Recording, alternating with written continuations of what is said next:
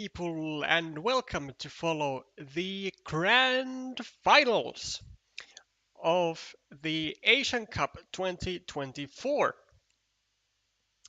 Now we have a more or less of a veteran team in the play, being Hong Kong, who will be facing a complete newcomer to the competitive scene, Thailand, who has made a quite a remarkable result already in this tournament, defeating not only the not only China essentially, since China is not in the grand finals, but knocking out Japan and also basically everyone who has stood on their way. So if if any of the viewers have not had any pre-assumptions of the Thai team, then now I believe you are free to do so after this um, quite a spectacular performance. Now, if we look at the lineups here that you can see just above me, um, it might not strike into your eye at first, but Thailand is doing quite a little changes actually into their match lineups along the entirety of the tournament. These five players, Gun 007, LZ Tajik, Bakshay, Idinidad, and Tamatama, are the core and key players of Thailand. Um, they have only substituted in one player in match one and another in match two during the group stages, but otherwise, like in every single match, four out of these five players have been playing on some so they are really counting on their on these talents here. And I mean, rightfully so, it has proven to be quite a quite a successful tactic, having reached the grand finals. So everything is good on that part. And also regarding the rules, there is no, unlike in WTCOC, there is no limitation on how many players of your roster has to play in at least one match. So no issues there for Thailand either. Hong Kong, on the other hand, has been has given chances to I think all of their players um, quite um, with a quite steady um, pace. Um, most notably, though, I think Helik, CT, and East Hung have been the ones who have had the most games. So whether that tells us that these are the players that Hong Kong values the most, like in tougher situations, I'm not sure, but they certainly do feel like it is worth valuing these three um, players on top of Eugene Tse and Daniel Cheng. So on table one, CT going up against Ghana 007, Eugene Tse 98, who also I believe is currently the Hong Kong national champion. Do correct me if I'm wrong, but if I don't recall incorrectly, then that is the case. Going up against the LZ Tajik. Then we have Hilek Lung up against the Pakshay.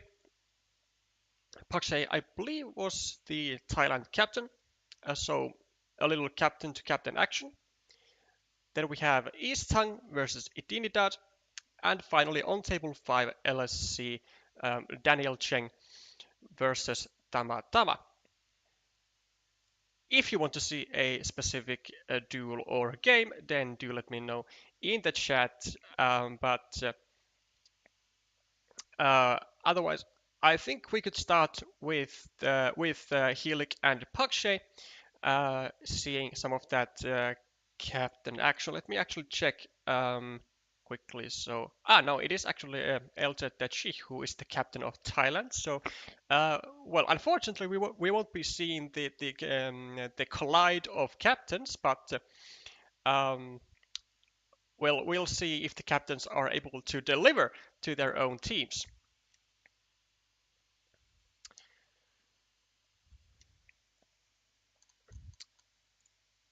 Well, in regards of that, then we could start with, well, by looking at the captain of Thailand then. So why don't we take a look at table 2 for the first game? So so Eugene Se versus LZ Deji.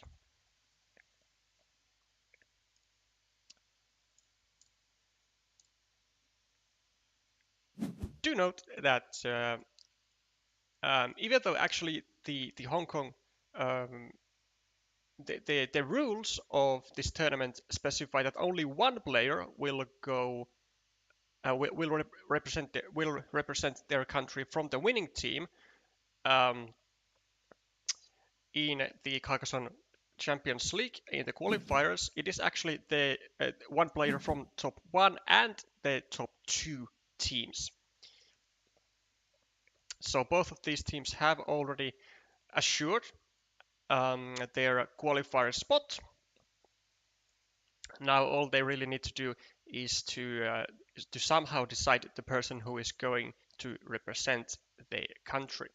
But more importantly, now we are fighting for the first ever Asian Cup tournament win, and certainly for both of these teams, it would be a massive, massive boost to their well credibility even on the competitive scene. So the Thai captain has started with a monastery and a decent road here. Also gets a city cap, which he is conveniently now able to continue downwards at the same time um, surrounding his monastery even further. And Eugene not really getting the optimal tile. I assume he could go like for example over here or over here. This is also fine. Um, taking in some pressure on the city of the Chi and possibly getting it in a lot of trouble here, seeing that there's already two daggers gone. Actually, they are in the opposite directions, but still, well, one dagger gone. So it could be potentially quite uh, lucrative for Eugene to get this meeple restricted to a dagger, or well, to any um, to any specific tile, given that there are indeed two meeples who are depending on this square. Now, I mean, there is a case here to be made that Eugene could actually go over here and drop a farmer, limiting this square the to the dagger. But I mean, giving 3 points to your opponent is not really ever what you want to do. But like, it would be certainly a a very powerful move in my opinion. Still, even though it gives out 3 points. But I mean, just restricting this square could be so incredibly dangerous for the Chi. But he does get the 9 point field in another way, which is fine. He's just going to be waiting until he gets any city plus field tile, and then he will start to restrict this square. Or maybe he's gonna even go like over here. Nah, it doesn't look like he's gonna do that. So Eugene seems to be quite focused on getting or committed to getting a city plus field tile to restrict this square to a starting tile, which he is now able to do, and it does force the Czech to find a crossroad here, though still 8 of them are remaining in the game, so it's not that terrible of an odds. Also, pardon me, this tile is in Tejic's hand and not in Eugene's, so the block is not coming just yet, but it is looming as Tejich is unable to get any city plus road tiles, which is really unfortunate for him, as the longer he has to wait on getting any tiles here, the higher the chances are that it's gonna get blocked entirely.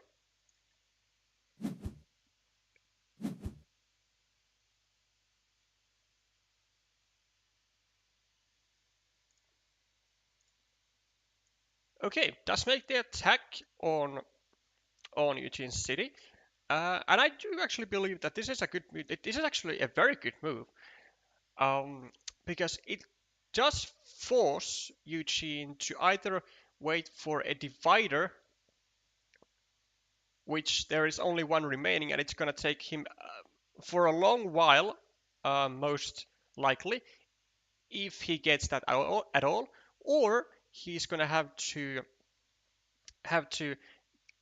unify the cities and let Dechi in and profit from this city, in the hopes of getting this square blocked, like Eugene has been planning to. And it's not really a convenient thing here. I mean, I think Eugene could probably be better off maybe trying to find a triple city here. Whoa! Oh wait, I thought that you took this one, but not so crazy. Okay, so now the question is, does Eugene go over here and point the city upwards,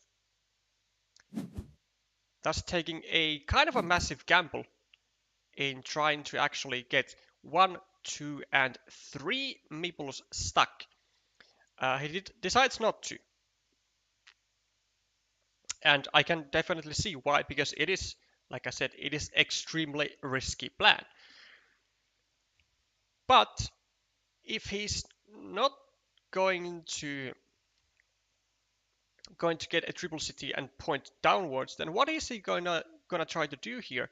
Because I don't really think it's in Eugene's interest to just let Dechi find any tile here at all, like completely without like any distraction, shall I say.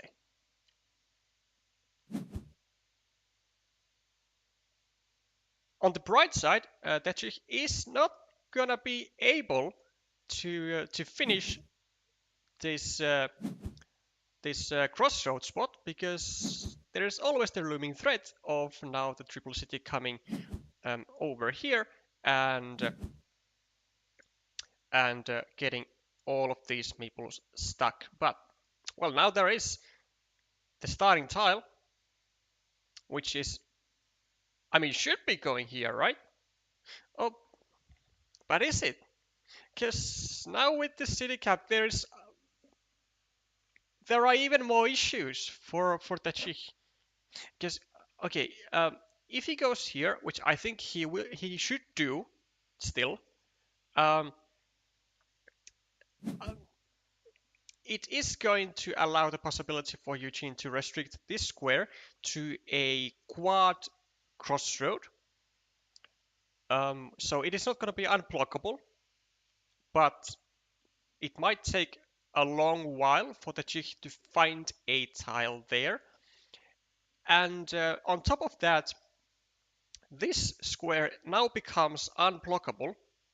So if Eugene finds a triangle, then he has a 75% chance to get, oh yeah, to finish the city with a majority in it, getting 4, 5, 6, 7, 8, 9, 10, maybe even 20 points from the city, which is also not all that convenient for the Czech, of course.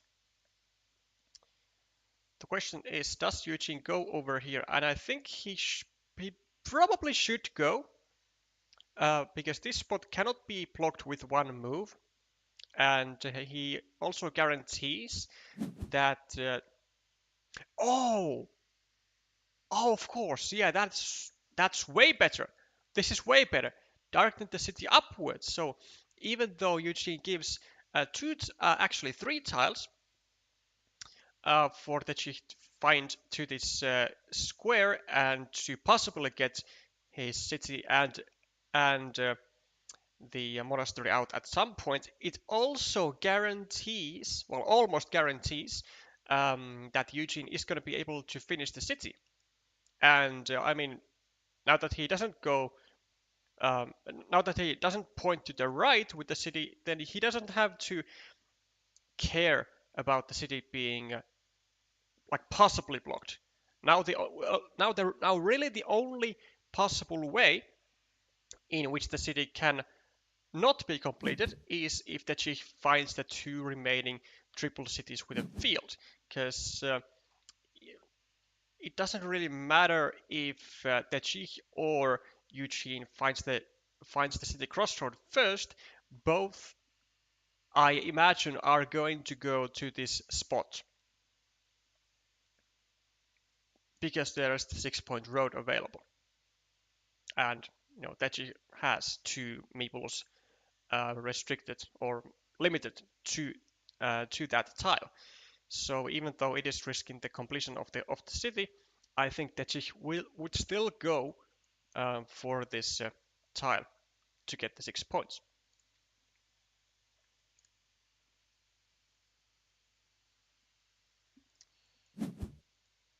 Now that she's making a little, maybe a little premature moves here, trying to get a hold of another city here, but this doesn't really look all that juicy. It's kind of difficult to complete. It requires, at best, like 1, 2, 3, 4 tiles, and it's still like incredibly easy to start blocking it or to attack it with the second meeple by Eugene. So, uh, I mean, honestly, I really would have liked to see just a 4-point city being started by the Chi. Like, for example, here or here, or like really anywhere. He does get the triangle very fast, which is handy. Also restricts the city of Eugene. But this project is still far from completion, and Dechik only has one meeple in hand, and is really waiting just city tiles, well, different types of city tiles to go either over here or over here, continue this project, or maybe dump like some extra tiles over here and here to try and finish the monastery.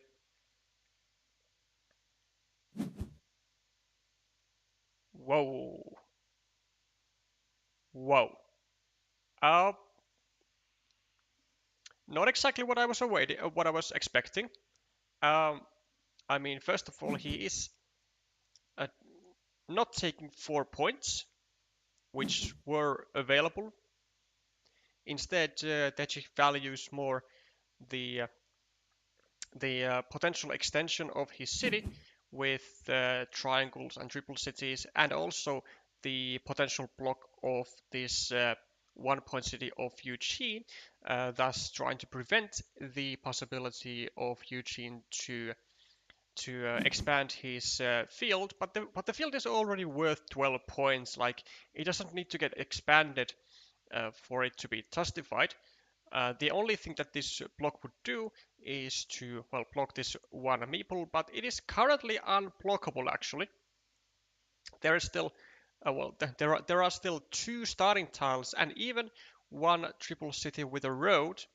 So the block of this meeple at the moment is impossible, except if Techi gets the final triple city with a road, puts it over here, and thus restricts this meeple to a triple city with a road, which then would no longer exist. But for the time being, I reckon he's gonna go over here. But I mean, going over here, just extending your road would also be just fine. Gets you 3 points. Maybe even going over here, being 1 tile away from getting a meeple back. Because like this, there are still 2 starting tiles. Like it's still a 75% chance for Eugene to get a meeple back. So it like, although it looks alright, it's not all that powerful of a move.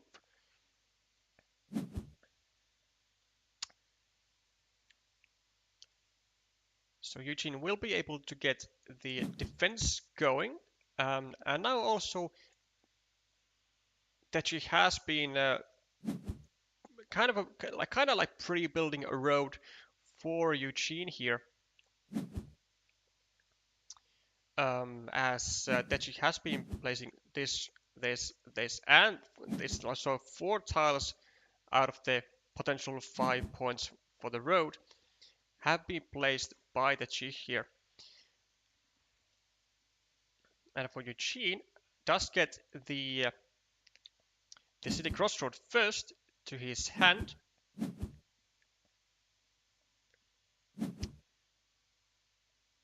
Well, it was an extremely ambitious project by the Chi. Like, don't get fooled. This was a very ambitious project, which required a lot of effort. But somehow, some way, he was able to pull it off, and even without like any resistance from Eugene, none at all. Like, Eugene didn't put anything even remotely close to this area to disturb the construction of this rather large city, which will certainly keep Techi in the game. He has also managed to get one of the 2 remaining triple cities with a field, so only 1 triple city remains to this square, and like was said earlier, if the Czech manages to grab both of these triple cities, then that's the only scenario really where this city doesn't get completed, and which will immensely increase the chances of the Czech in this game. But these 2 monasteries will certainly help as well as the 16-point field and 16-point lead on the scoreboard.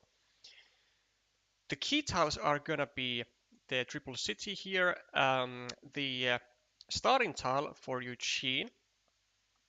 Whether this city is able to be finished, I'm not quite sure. 1, 2, 3. There are still 2 field triangles. So 2 tiles to go here, and 1 additional triangle to go to here with the road triangle. That she's making another ambitious move, though I'm not sure if it was like entirely needed, but seems to be worth it. He has definitely paid off. 1, 2, 3, 4, 5, 6, 7. There was only 1 crossroad remaining, so do bear that in mind. It was quite a low probability for Eugene to block this connection.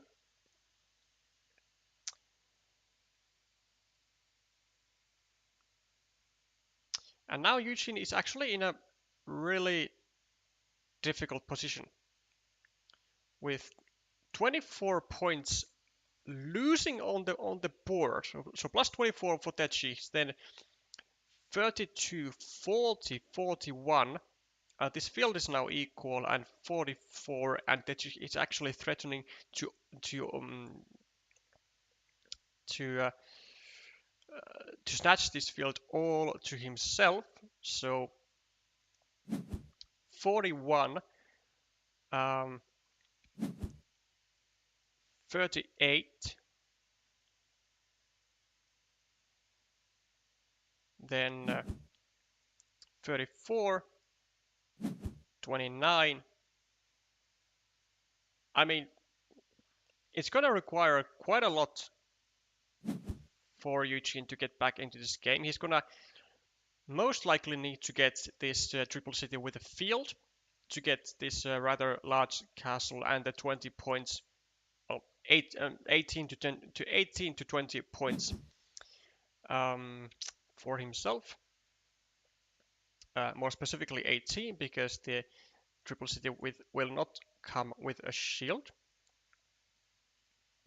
He's also going to require this starting tile, which will now get him to the field. 1, 2, 3, 4, 5, 6, 7, 8, 9. Ooh, this is extremely important tile for Eugene, because this was the final remaining curves, which means that the Tetschi will not be able to unify this meeple to the main field unless he somehow loops from all the way from here. But I have my doubts on that. Eugene will be able to get 5 points. Are there tiles to here? There's one filled triangle, right? At least one filled triangle. And maybe something else as well. 1, 2, 3, 4, 5. No city tiles. 1, 2, 3, 4. There's a regular monastery. So 2 tiles, a regular monastery, and a filled triangle left to the square. Eugene gets the triple city, so that will help, but he will still need the final remaining starting tile to get his second meeple to the field, and he will likely actually have to attack the field even with a third meeple. Maybe from, I don't know, something like here and drop a farmer. Because like Tetschi is unlikely to not get a second meeple to the field, because he needs either the field triangle, the final remaining regular monastery, which will both get him a meeple to the field, or a road tile here. Like it's like the chances of Tetschi getting a second meeple to the field, at least a second meeple to the field, are immensely good. Like at least 3 out of the 4, at least 3 out of the 5 remaining tiles will get a meeple to the field for Tetschi. So chances are slimmering here. Maybe Eugene could go, I don't know, maybe like here, drop a farmer, then try to connect here and then here. But it's a very far-fetched idea. Well, what? Oh, I mean, maybe Eugene can go over here, drop a farmer, and then try to get the monastery here, and then the starting tile. I mean, that's a plan. That's a plan, right? Um, because it does I mean, it doesn't only seem like Eugene has to get the field, has to win the field, absolutely needs to win the field, and still I don't think it's necessarily enough. 1, 2, 3, 4, 5, 6, 7, 8, 24 points, and he's already losing by 19, 16, 24, plus the 8, 14, 17. Like, it's just a horrible situation for Eugene, and he doesn't even. Wow. He does not even try to go with extra meeples to the field. Instead, tries to deny the connection and was probably counting or relying on the possibility of him getting all the tiles that his opponent would need to connect from here. Not sure. Well, there's the field triangle, then um, the final remaining monastery, and then something. So maybe even just getting this would have been enough to guarantee that this red farmer would never get to the field. But unfortunately, that plan is now out the window, as is this. So this city will never be completed, and it is actually not even possible for Eugene to even tie the field anymore, as he would need to get a second meeple to the field, and that is bound to get at least one of the two tiles to go to here. So just not possible, unfortunately.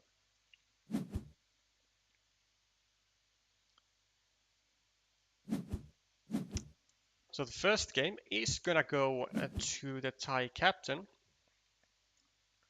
Eugene does get a monastery. He's gonna be able to get 8 points still, and Techi will be getting the field triangle, I believe. 1, 2, 3, 4. Yeah, so Techi has a field triangle with a shield on it, so that'll be a 3-point move for Techi. Not that it really matters, because he is leading by a billion points, but just to be precise and show that we know the tile.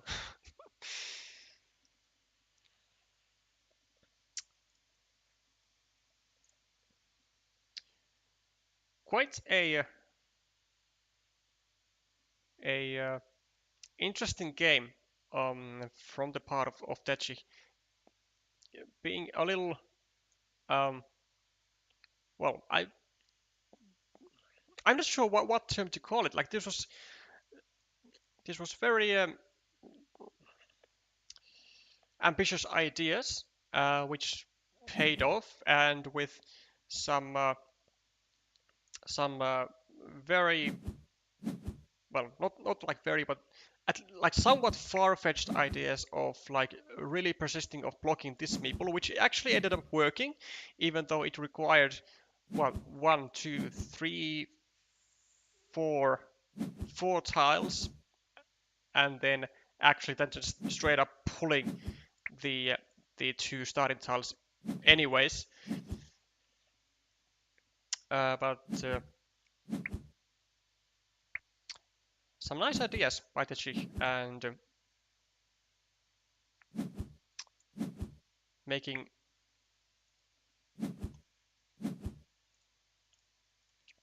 some bold attacks on the field, which everything seems to have been working as greatly as it possibly could have worked for the Czech here. So they're going to be taking a 5-minute break. We will be updating the scores, and we will take a look of the other tables here.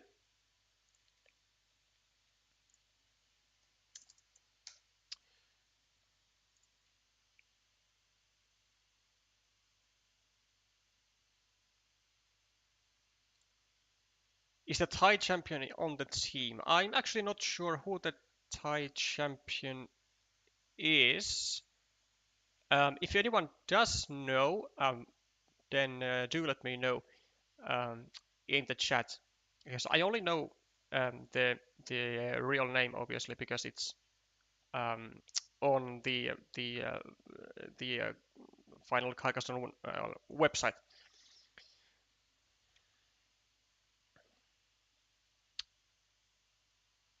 Also prevents Eugene from dropping a farmer when he closes the big city. Yeah, that is true. So the why am I circulated the chat? You can't see the chat. Also true. Does prevent Eugene from dropping a farmer whenever he gets the triple city. But I mean, it would only be dropping a farmer to a 3-point field. Like, it wouldn't really be that dangerous. So Easton has taken a 1-0 lead, and then we have LSC also taking a 1-0 lead.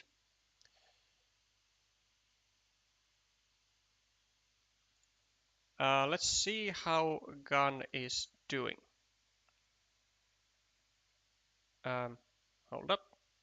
Ah, there. Okay.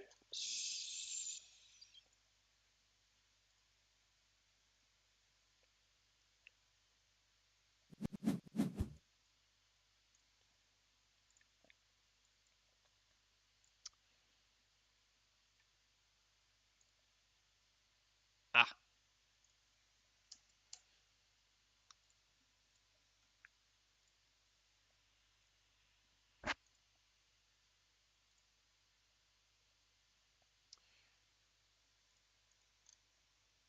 okay, so far, 2 games for Hong Kong and 1 for Thailand.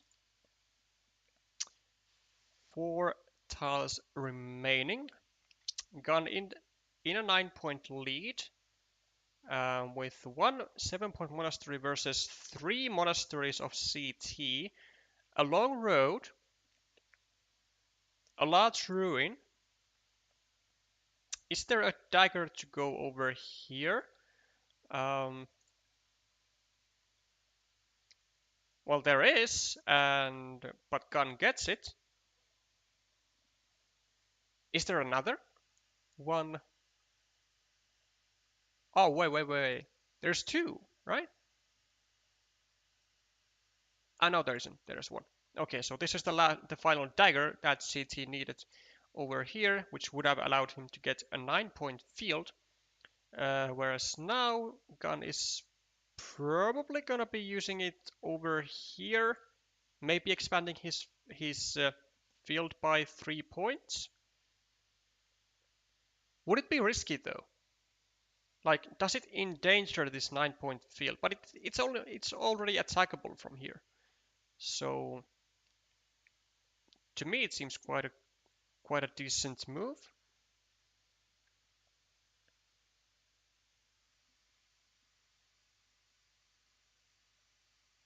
Ah, well, that is a fantastic play because it allows Gun to get to this 9-point field now. He knew that there was 1 road monster still remaining, which CT would definitely be putting over here for actually 11 plus 3 points, so 14 points, whereas now it will be 9 plus 2, so 11. It will now actually be only 5 points. So this is actually technically a 6-point move, at least. And got wait, wait. What the? Okay, so there is assumably a regular curve remaining as well. 1, 2, 3, 4, 5, 6, 7. 2 regular curves? 1, 2, 3, 4, 5, 6. Oh, Well, then God can just go here. And then he will, on his final tile, he will get to the field. Okay, so if he finds this, I mean, it's going to be huge. It's going to be massive. Let's just check one more time. So 1, 2, 3, 4, 5, 6, 7. Ah, damn it. So there was 8. So only one regular curve remaining. What's the remaining tile then? I'm not sure.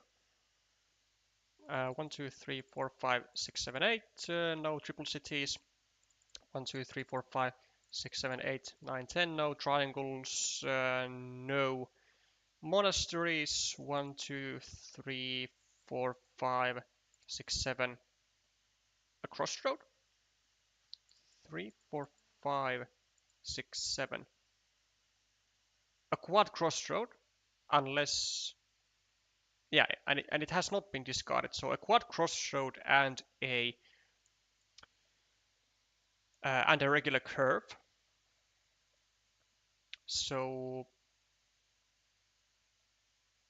actually the best possible thing for gun would be just going over here for 1 point. I mean this is actually worse because he's not guaranteed to get the curve, whereas I mean he gets 1 point over here as well to the monastery, and now he just gets like 1 potential point to the road. So a slight misplay here, but I don't think it matters as he does get the curve and gets actually what 14 points, 13 points on his final move, which is like huge.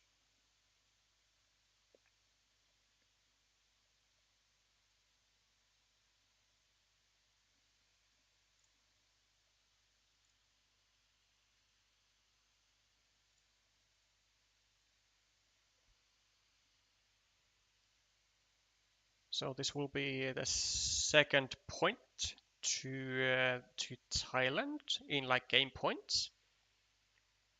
So now we are in a 2-2 situation, and we have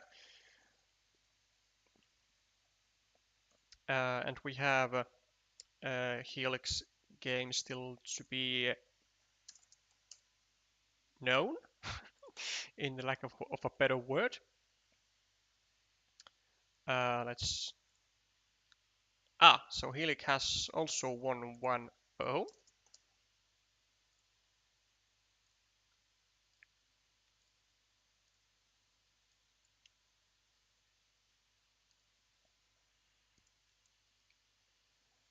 Let's check on the results. Let's verify the 1-0, and it is indeed.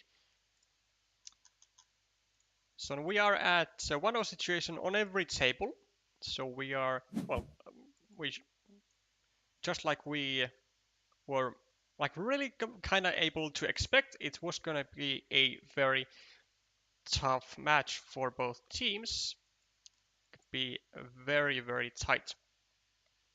I mean, both of the semis ended up 2 and 3. So if we see one more in the grand finals, I would not be surprised actually. But I would definitely like to see that because we like the tension.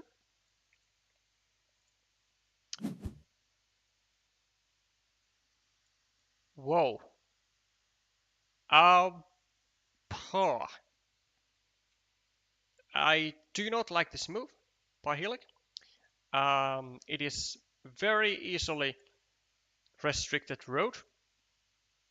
Whereas, I mean, yeah, of course, on the plus side, he creates an attacking platform on the city, but like, it's not important. Like, why risk a meeple here when you could just, I don't know, take like a loop road here, or a 3 point over here? Like, this is just unnecessary risking of just one meeple. Pretty much a suicidal situation, if I'm being totally honest.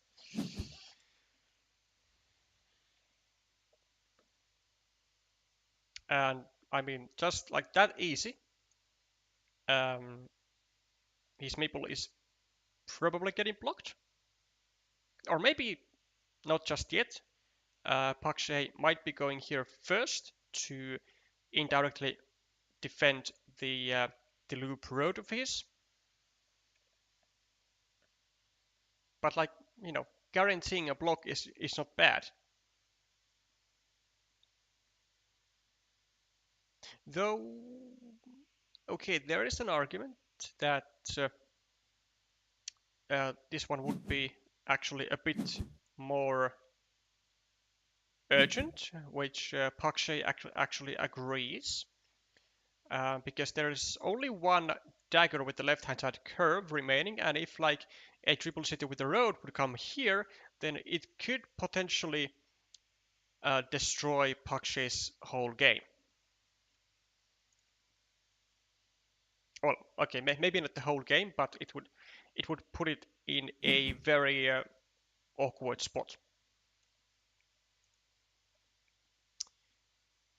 He like, is trying to create a platform to place something over here so that it will be more difficult for Pakshay to find like a regular straight line or something to put over here and block the spot, which Pakshay is not able to do.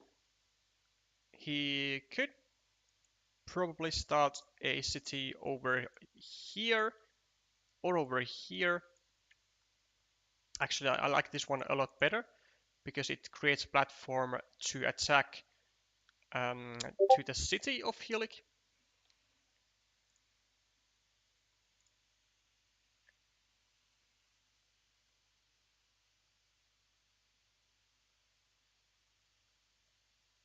Meanwhile, we have a lot of updates on the chat. Thank you, Kingsley. So we have the first match point, and so Easthang has been able to clinch the first point on the board.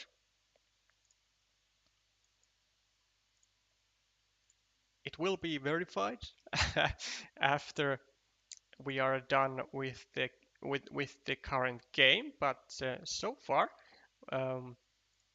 we will mug it up on the board. Nicely done, Easthang.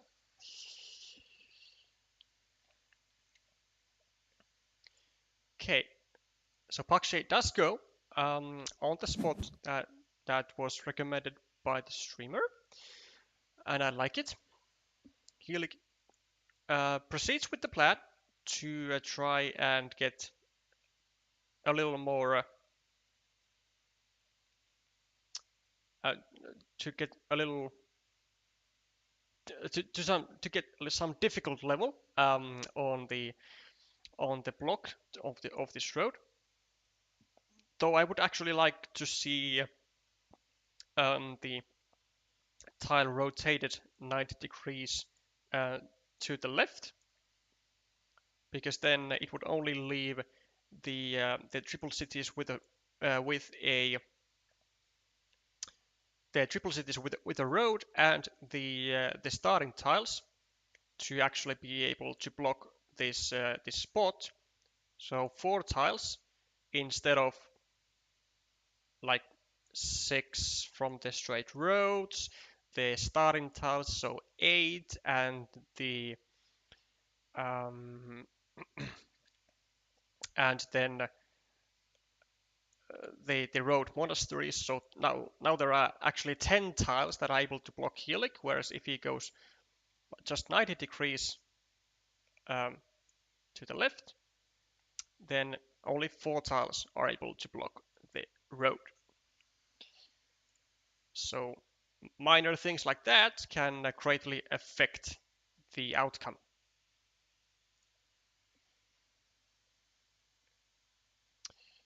Pakshay gets the monastery, but not the type of monastery to block the road with.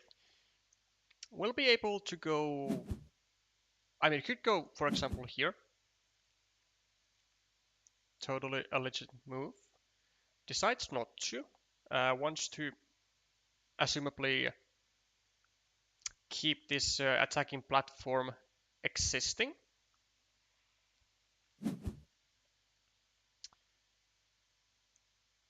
Helik goes for a 5-point monastery spot, but I don't think this will actually serve him in the long run, given that it is indeed Helik who has his meeple in danger of getting blocked.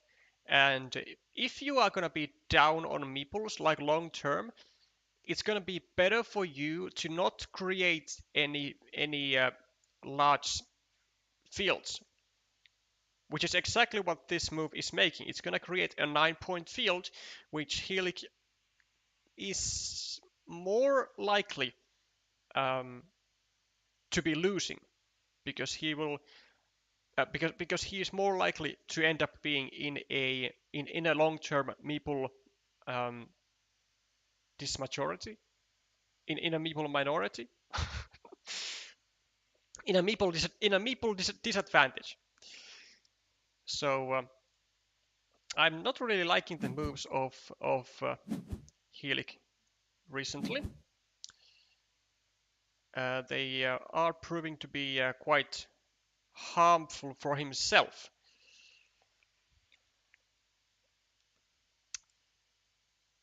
Okay, does get the triple city going, and I believe Pakshay is gonna like kind of fulfill his plan and go over here and attack the city.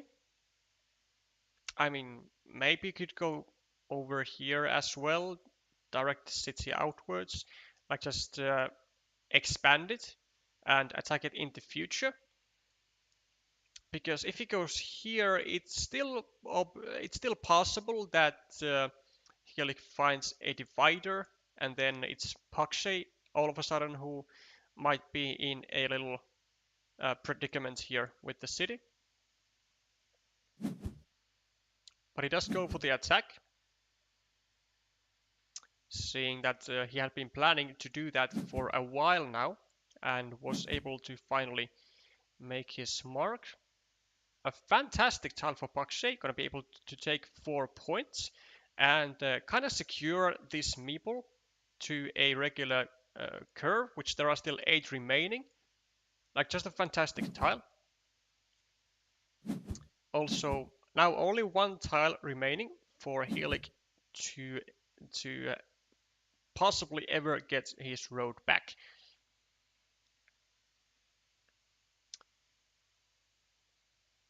And I could see Helik going maybe over here, starting another city, making another monastery spot.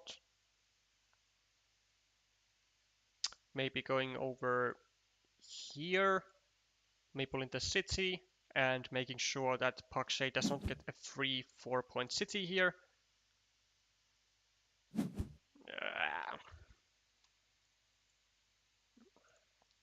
This is it's kind of weak, no? Because like, sure, you're gonna be able to make a Harampas-shaped city, which is good use for triangles, but like you would be able to just like go here also, have a very good use for city caps, surround your monasteries, create a monastery spot. Plus, you could also like go with triangles here anyways already. So like you don't need to make this city here. And like what else? Like what other tiles are you gonna use to surround your monasteries if not these, which are like really great? You know, start a city. Again, create another monastery spot. Build up the city by surrounding your monasteries. I mean, like everything's just fine there. Maybe he doesn't want to create like more cities to the field, but like the field is gonna get taken. Let's be sure on that. The field is gonna get taken whenever Pakshay gets the curve. It already has 2 cities on it. It's gonna be probably having a 3rd one, maybe a 4th one here. Like it's gonna be having a lot of cities on it.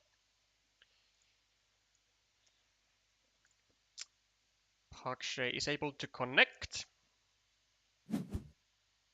assumably, and he does. As for Helik, though, are you gonna continue your road, or are you gonna go like for this, which I think might be a little better, or maybe even this, and drop a farmer. There's an idea,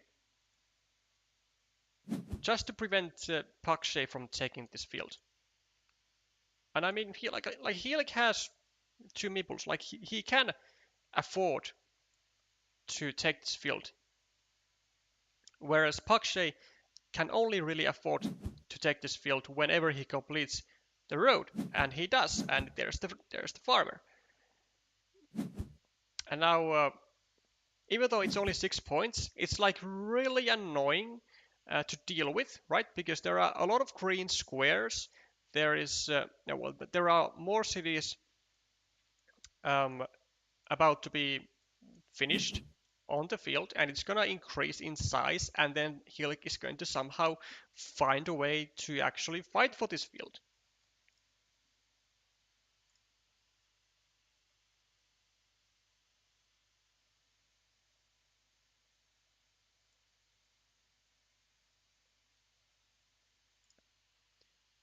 Why didn't Helik complete his defense? I'm not sure where.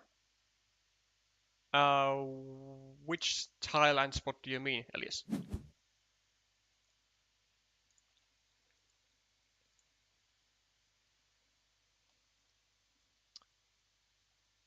Pakshay does find a nice extender tile to continue his city with. It does risk his monastery getting blocked, but I mean he doesn't have any other like great spots to use this extender to. And I mean it comes with a shield, so like surely you want to use shields on your own cities. And like even if this monastery gets blocked, it's not that big of a deal really. Although this is the one and only tile which is like the best possible tile to make the block with.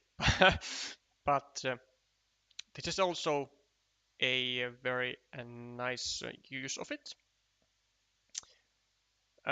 Restricts the city of Pakshay to one and only tile, and prevents him from getting a majority on the city with this 1 point city meeple.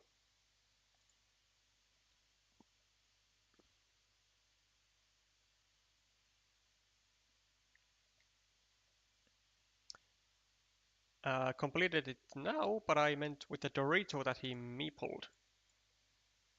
So with this. But I'm still not sure.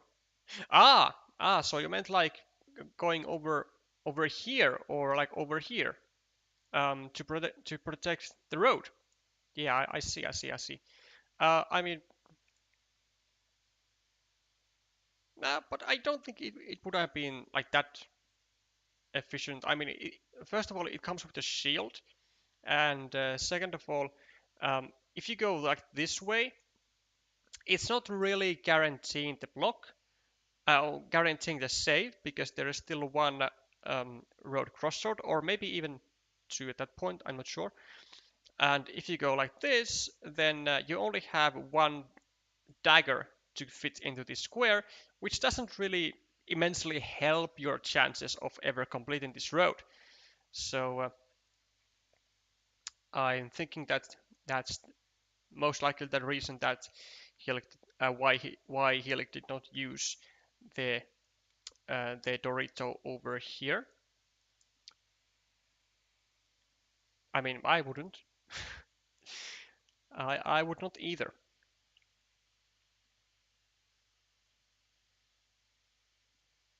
Would have defended against straight lines.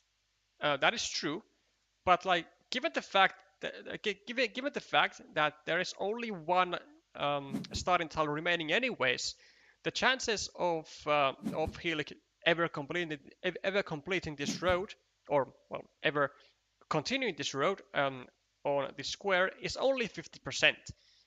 So at that point, like sacrificing shielded tiles to protect your possibly never completing road is not all that essential.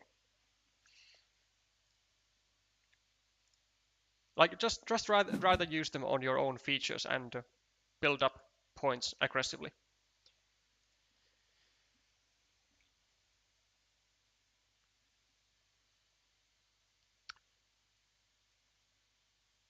Okay, he like finalizes the block on the 1 point city. Also blocks his own monastery, but that's not such a big deal. It's gonna be likely 8-7 points versus 1 point in the end. And if he manages to keep this field at 6 points, it's gonna be very lucrative actually for Helik, as he will be like kind of covering the damage with just one monastery, and he might even get additional monasteries like over here. Like even though on the board, on the scoreboard, he is losing very badly. He is definitely not out of this game yet. There are a lot of things that can still happen. Although I mean, I do admit minus 20, minus 21 on the scoreboard does not look that great, but just by finishing the city over here, it's going to be 10 points. Going to be putting him at just minus 11. Then he has a potential road, more monasteries, and like he'll be like back in the game before you know it.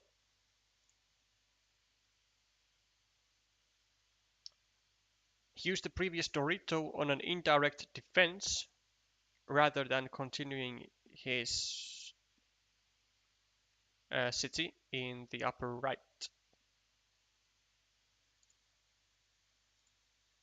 For this, yeah, but at that point there was still, you know, two starting tiles, which is actually significantly um, better than having only one, right?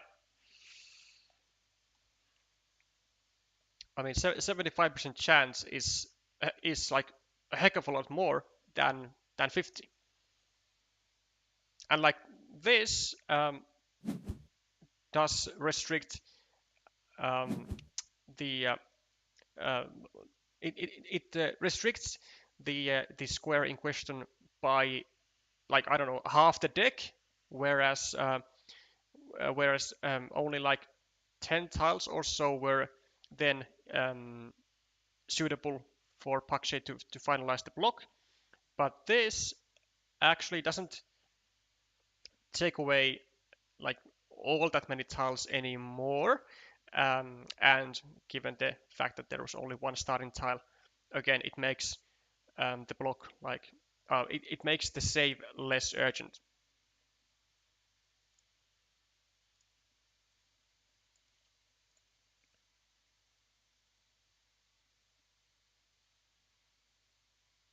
Plus, I mean, this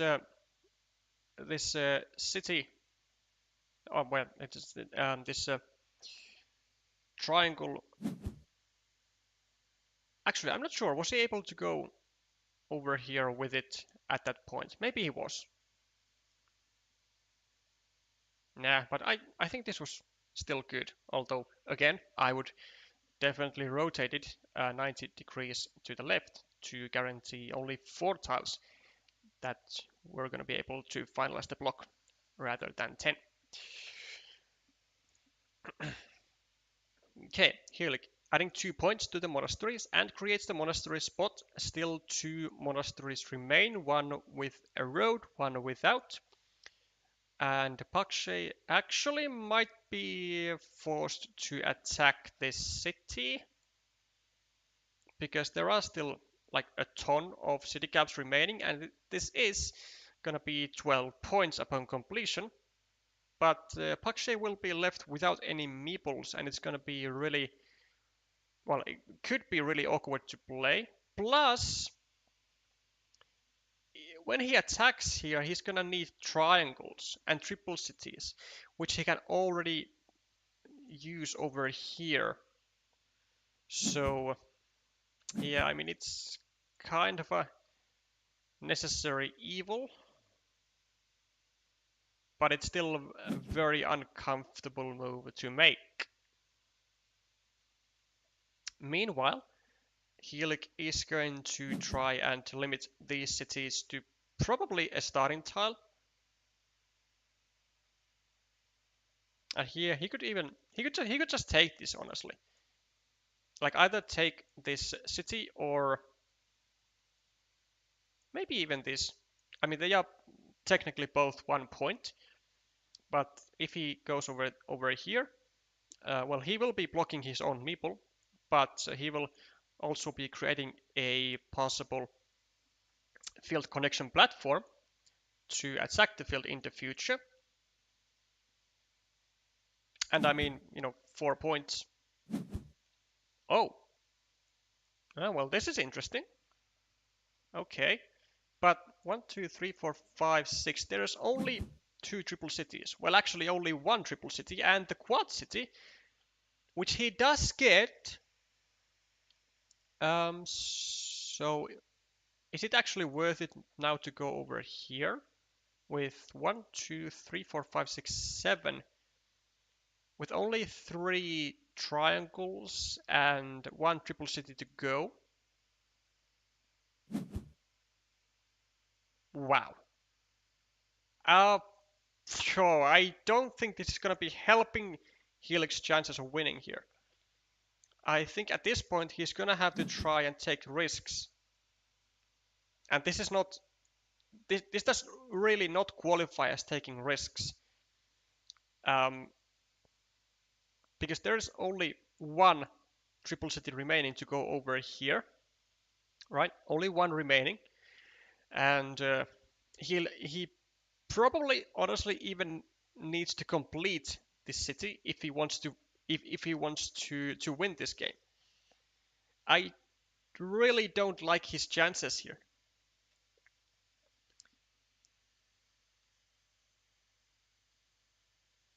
I really don't. He does have the monastery place. He does have the monastery spot still alive. That's going decently well for him. But Pakshay is now getting meeples back into his hand. He has a threat of completing this. He has plenty of other city caps on his field. And I mean, the potential point making is just far greater for Pakshay than it is to Helix here.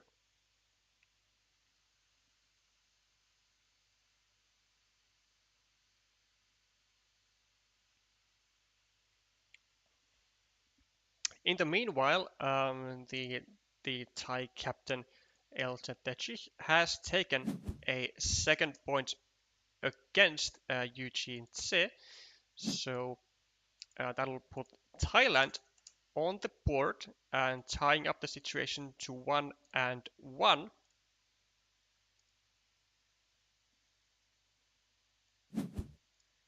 So the Thai captain certainly making his mark here, and I mean, just look at the situation, man. 50-6. Okay, Helix does get the triple city, which he just must go here with. He must go here. There's no alternative. He's so far behind that he needs to risk big. Oh no. Oh no. Why do you ever make this plan? Why do you ever attack this city with a second meeple if you don't plan to finish things? This is horrible. I mean, what's your win condition here? You have none. You have none. Okay, you get this monastery, but then what? You are missing the field, which is worth 9 points. Most likely going to be more like now. You have like 1, 2, 3, 4, 5, like 8 points extra on this city here, and like that's your features. You don't have the points banked. You don't have them, and still you don't take the risks that you need to. Oh no. No, no, no, no, no, no, no, no.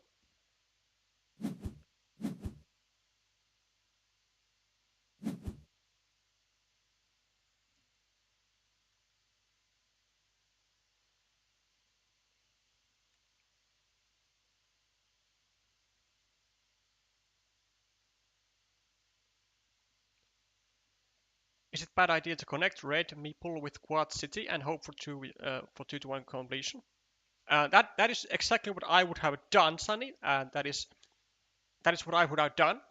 Um, in a situation, if there were like more triple cities, then I might consider this first. But like even going here, even if Pakshay gets a divider, then I mean Healy can just re-attack, and he should be re-attacking and really having faith that he can re-attack because he's again so far behind. Like all he needs is risks, and like this does not qualify as risk. This does not qualify as risk. Like almost none of Helix latest plays are qualified as risk, and therefore Helix has basically surrendered this game and has no chance of winning.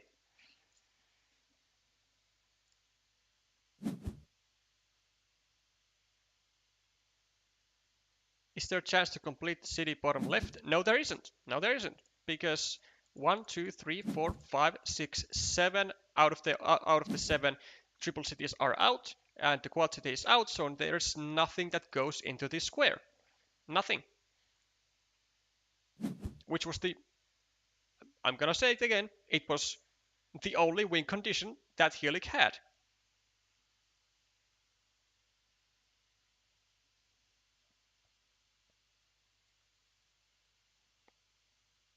Taking the road at the beginning was a risk.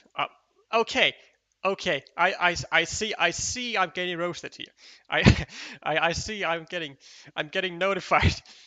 Um, but I did say latest place. This happened early game. It's not like late play, right? Oh, okay. Maybe this qualifies as taking a risk, trying to get your meeple back from the road. But okay. Anyways, it's not big enough. It's not big enough.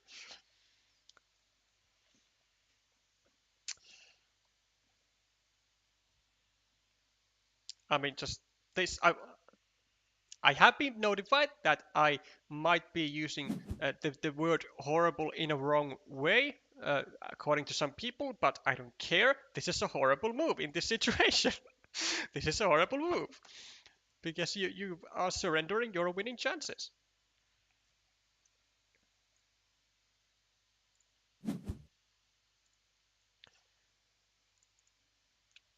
And Pakshay is just really not doing anything else but just blocking every access point to the field, which he should be doing. He's doing it right. It's a 15-point field, and there are no access points to the field. Um, maybe like from here. I don't know. 1, 2, 3, 4. There is a road triangle.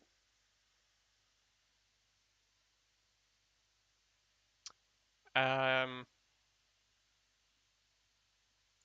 one. I don't know.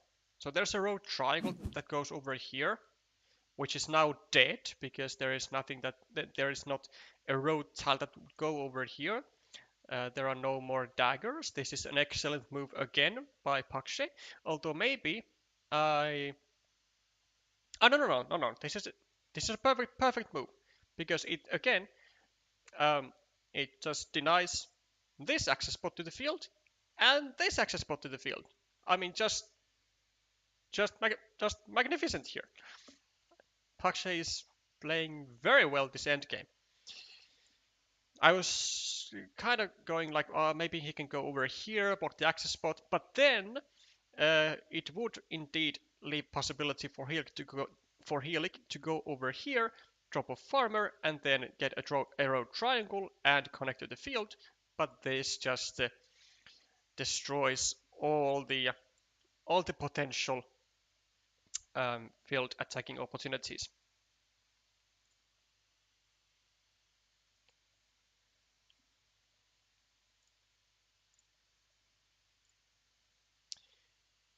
For the sake of Hong Kong, maybe we should stop Nalheim from streaming. The Eye of Death.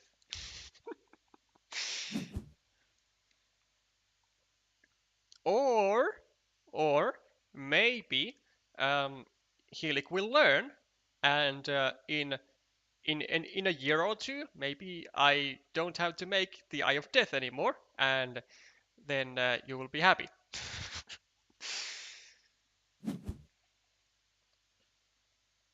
Okay, a 5-point road for Pakshay again. I mean, wait, why?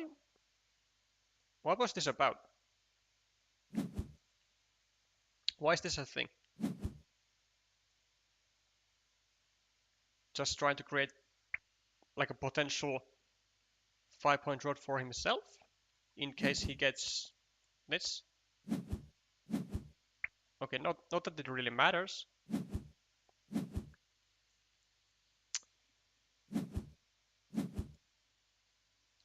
I'm curious to see just how big the difference was.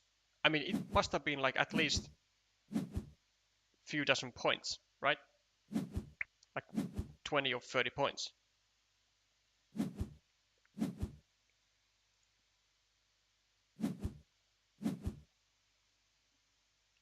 One, two, three, four, five, six, an 18-point field. Jesus.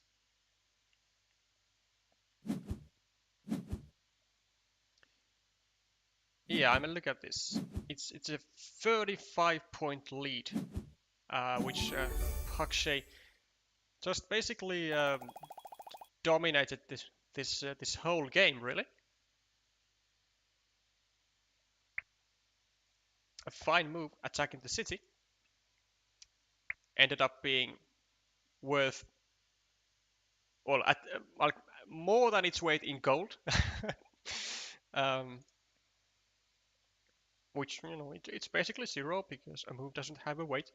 But ended up with Helik in this situation where he didn't even take any risks in trying to complete the city, and therefore just kind of sucked up 2 meeples from Helik for the price of 1. So Pakshay ties up the situation on board 3. Good stuff. And then we shall have a little look-see on the other tables which are still in process. So we have on table 1 we have CT going up against Gun. And at the moment Gun is still leading 1-0.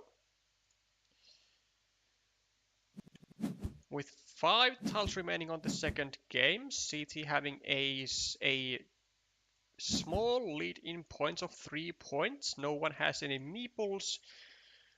Gun is trying to attack to the field, so from multiple points. 1, 2, 3, 4. There is still 1 road triangle, no? 1, 2, 3. Ah, no, there isn't. Okay, no road triangles. Are there curves at all? 1, 2, 3, 4, 5, 6, 7, 8, 9, 10, 11, 12, 13, 14, 15, 16, 17, 18. Still 2 curves, so chances of Gun getting to the field are quite great. 1, 2, 3, 4, 5, 6, an 18-point field, and there it is. Gun gets to the field. Now, City can actually still tie the field. If he goes here, drops a farmer. Then I believe there is still a curve left. 1, 2, 3, 4, 5, 6, 7, 8, and no crossroads. So this might work very well. What is the final tile though? Oh no no no no. Oh, does City can he win without the field? Uh, oh no no no. I totally forgot that he had no meeples in hand. No wonder he doesn't go. Okay, never mind. As you see, sometimes I have these complete brain fart moments where nothing that I say makes sense, which is why you don't always listen to me.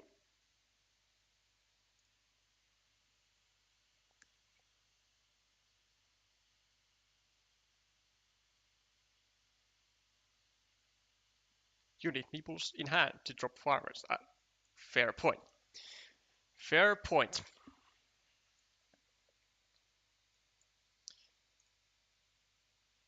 Which makes me also think that this field is definitely enough for Gun to actually bring this home.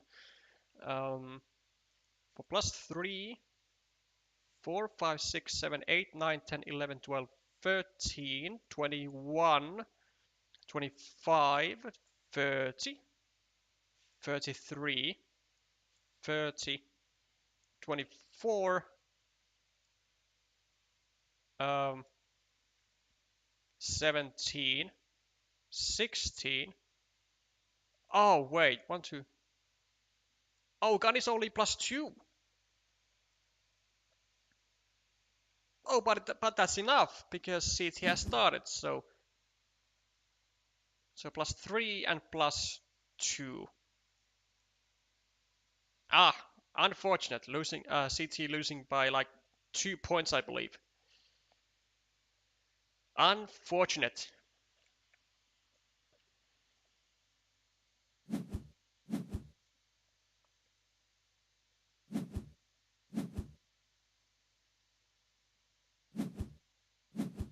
I wonder, was there a chance to block this farmer like earlier on? Maybe, maybe not.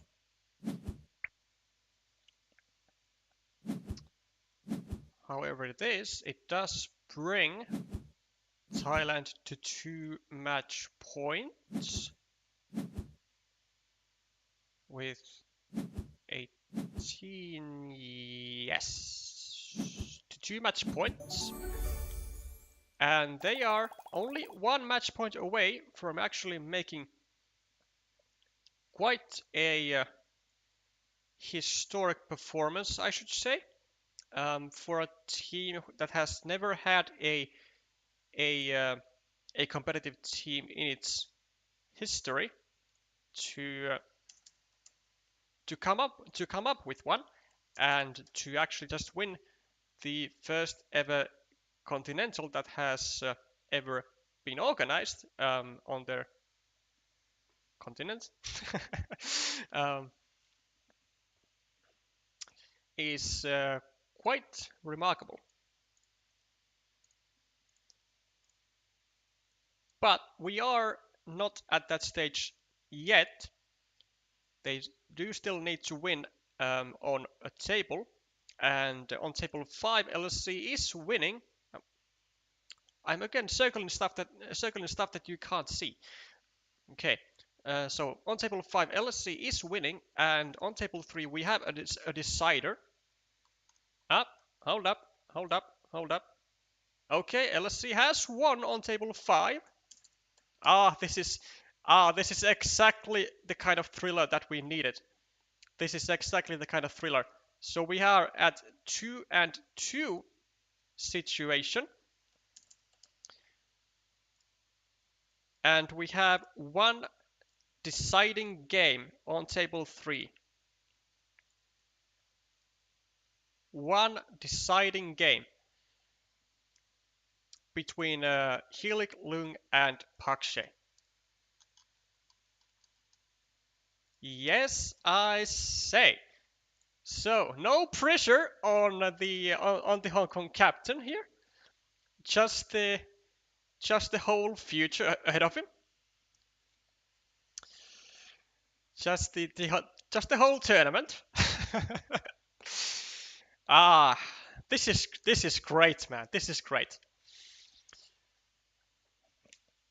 And this has happened before, actually. I believe it was against China, um, that in which Hong Kong also had a one deciding game when it was 2-2, and there was a decider on one board. I think was it CT?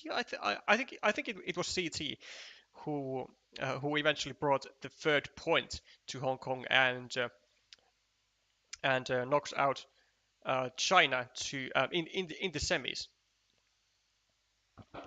So this is kind of a rerun, and now we will see if the Hong Kong captain has the nerves um, to get this thing home, or whether Park Shea is going to be able to deliver some historic performance on his for his team. Ah, great stuff, fantastic stuff. Now is also the time that if you want to share this game in like groups, or I don't know, in socials or anything, then now is the time. The final game of the grand finals has started, and it is definitive. It is definitive.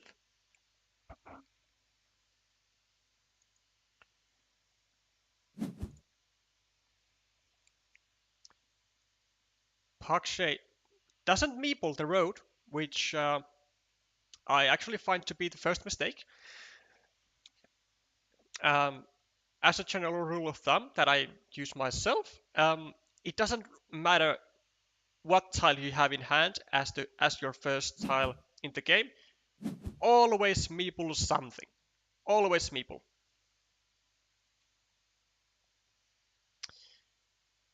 And now, like, it's not really getting any better. He has to use a crossroad to feature, to attack a 2-point road, so not all that efficient. Does get some distraction going on, or harassment on the city of Helic.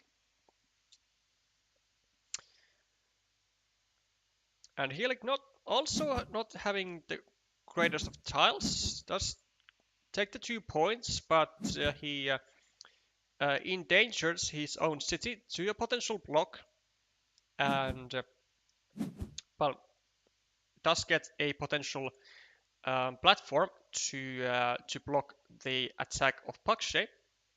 Should be going over here. Take the loop road, continue your city, like everything is fine. There we go. And then Pakshe likely gonna be going over here to make use out of the city of Helic to get a monastery going and to make like a double purpose move of anything that Pakshe uses on his own city here. Plus, I mean, the chances are really that whatever comes in here is going to restrict this city to a dagger, which will serve quite nicely, which will serve Pakshe quite nicely, because then he'll be able to, I don't know, go like a road here and another one here, being in a winning mini battle with a potential 8-point monastery versus maybe, well, less than 8 points for a city. So even though I mean, I'm not actually sure which player I favor here. Uh, probably blue actually still. Given that he has some like more dangerous features on the board.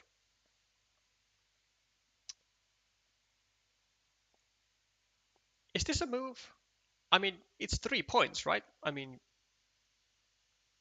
it is 3 points, but then you would kind of allow blue to get at least a ruin greater than the monastery, but then they won't be conjoined anyways. Yeah, I think I'm still just get the 3 points though, just because it's 3 points. An alternative is to also go over here and then create a platform to limit this square, or maybe just take 2 points here and not allow a crossroad spot. I mean, there are a lot of good moves here. Flashback yesterday uh, to upper table 0 to down table 2-0 mid 1-1. Ah yeah, ah yes. We have had a lot of 2-3. So wait, was China Taiwan 2-3 also? Oh yeah, it was. And Taiwan ended up winning. Yeah, so both semifinals 2-3, the bronze match 2-3, and now this will be ending in 3-2 or 2-3. What a fantastic set of matches here.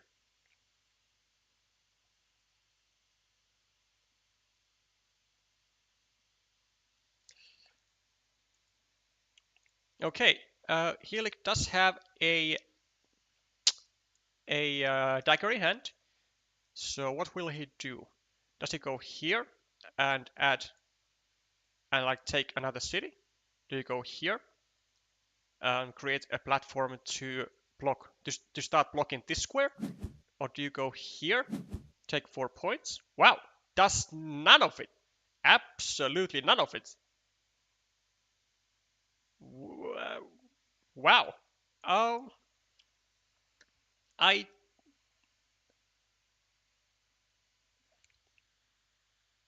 hmm, interesting. This is not really the top pick in my books. Not really the top pick. I mean, maybe Helig is like trying to find a tile like here first to make sure that like any city cap that he uses here doesn't go to waste. And like, okay, if he goes here, starts another city, then there are obviously risks of getting maybe even two people stuck to like a very small ruin here. Okay, there are merits. There are merits.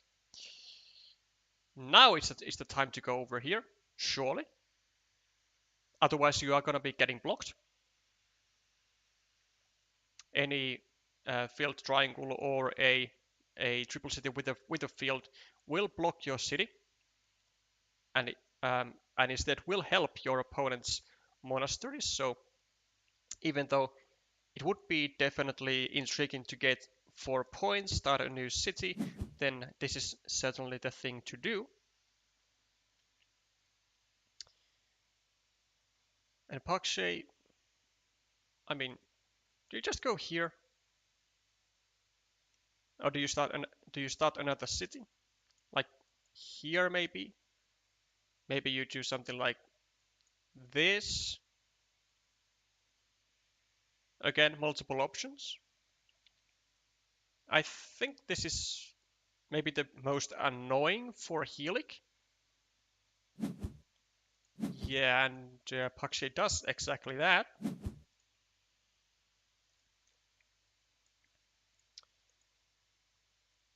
And unfortunately, Helic, I was about to say he can't go here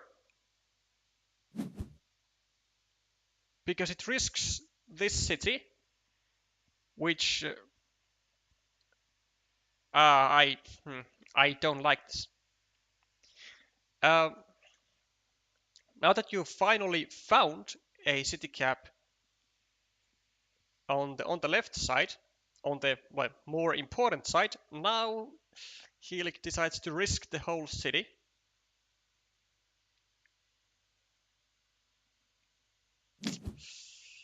Yeah, well, fortunately for him, it only happens momentarily. He's able to save it.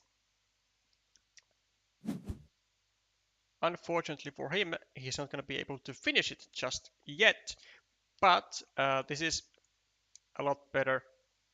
Well, maybe even a better um, outcome. Potentially plus 4 points, and there are a ton of tiles to finish the city on this square. Pakshay could very well be going over here, take a city with two juicy shielded tiles.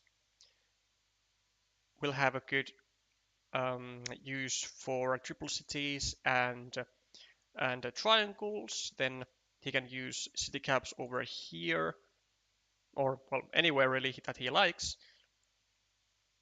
And like, if you not go here with this tile, then first of all, where else are you going to use this? And second of all, what else are you going to use here? Like, this is about the perfect tile to connect the roads. Yeah.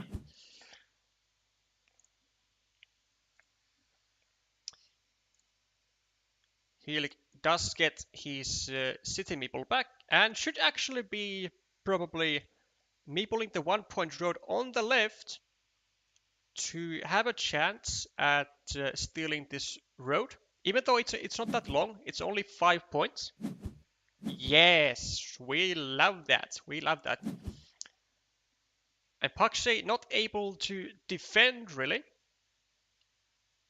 Has to go like, where does he go? Maybe here? Here? Here? There are multiple spots. But this definitely is now an issue for Pakshay.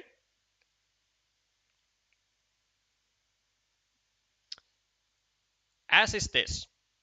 He now finally gets to complete his city.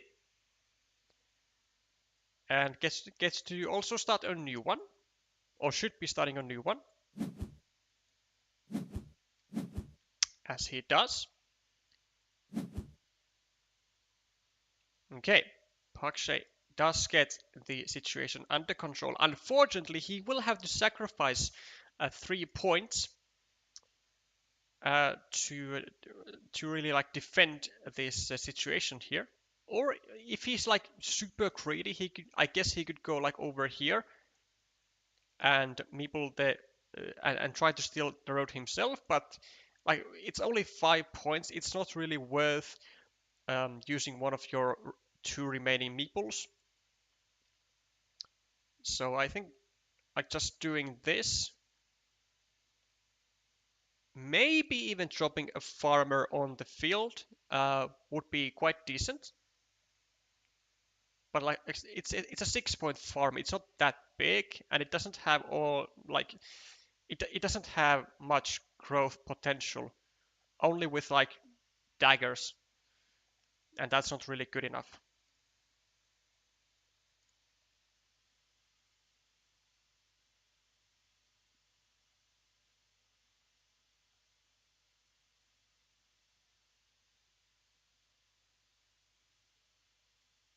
+1 to the monastery and try to get a 4 point road.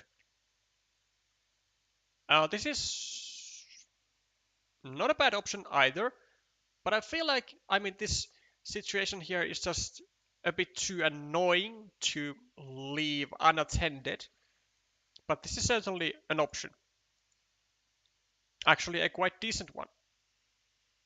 Um, Closing this road and attacking the road yourself is not really a good option, because he could, like with any road tile, just destroy the plants. And like, if you attack the road, you should really attack from this side, because you won't be giving back an meeple to your opponent for free. Like, this is what I'm saying. This is why I would love to close this instead, because so that I wouldn't have to deal with situations like this, when he is now gonna go over here and voila. Okay, it is 4 points like as a compensation, which is like one, two, three, four. One, I mean, this is eight, so it's still like, well, kind of a -4, but this is still decent, I guess, because the connection is not guaranteed, and it can be um, it can be still restricted to a crossroad, or you might even get a crossroad straight up anyways. But it is a very annoying situation to deal with.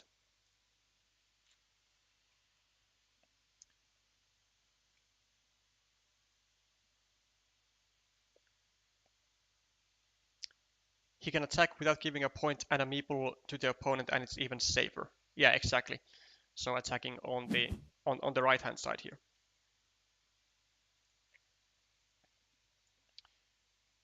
Okay, Pakshay has a juicy triangle again with a shield, which suits very well over here. Yep, he does manage to get the road and gets to also start a city of his own. Like you can see why it's worth it to meeple the 1 point roads. I mean, some time ago I was really opposed to them, um, but I mean I also know people who like to meeple 1 point roads, even though it's not for stealing, and I hate those moves.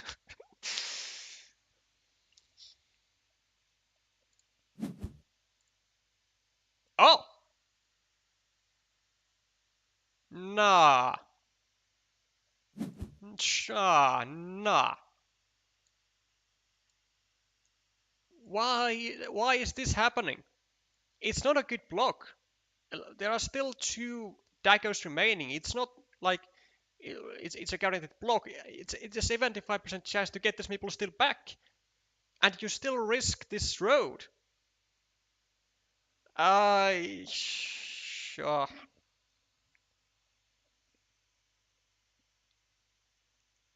If Helik wants to bring this one home, I highly recommend that he skips moves like this and just focuses on getting the easy points home.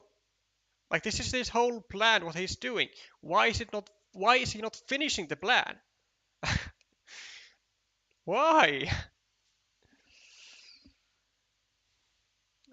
I remember once an opponent did that and was like, but that's only 6 points, and I lost the game by exactly 6 points.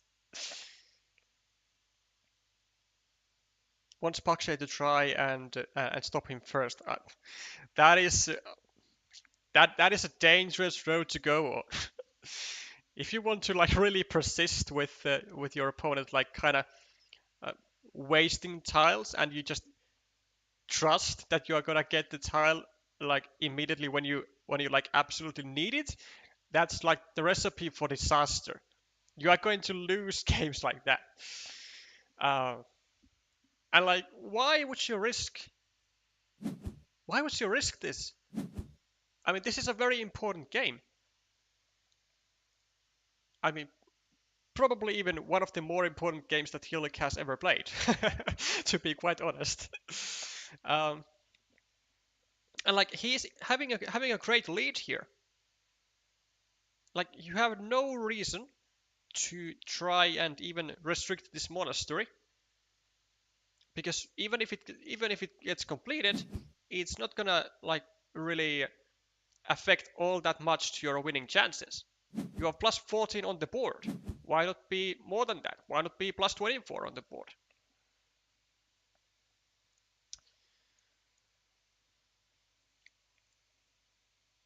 Just in the nick of time, he is able to attack the city, and well, would you look at that? Now he's not getting the road. Or maybe Pakshay could arguably also go here, just take 2 points, and then try to block. But like I feel like that's being too fancy. I think just going here, like denying a great opportunity for your opponent to use curves is like more than good enough here. Though, given Pakshe's situation, his win conditions on the board are really non-existent here. Even though he has two meeples and his opponent has none, maybe it is slowly starting to be the time to take risks. Just like Helik had to take in the previous game. And like, Helik didn't take the risks and he lost. Are we gonna see a rerun of that? I hope not. I hope not. But I guess we'll see.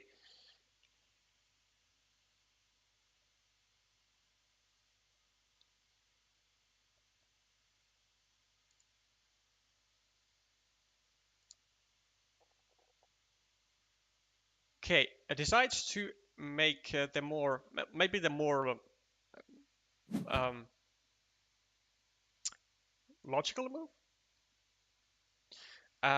Well, more intuitive move, I would say, and just cut the road.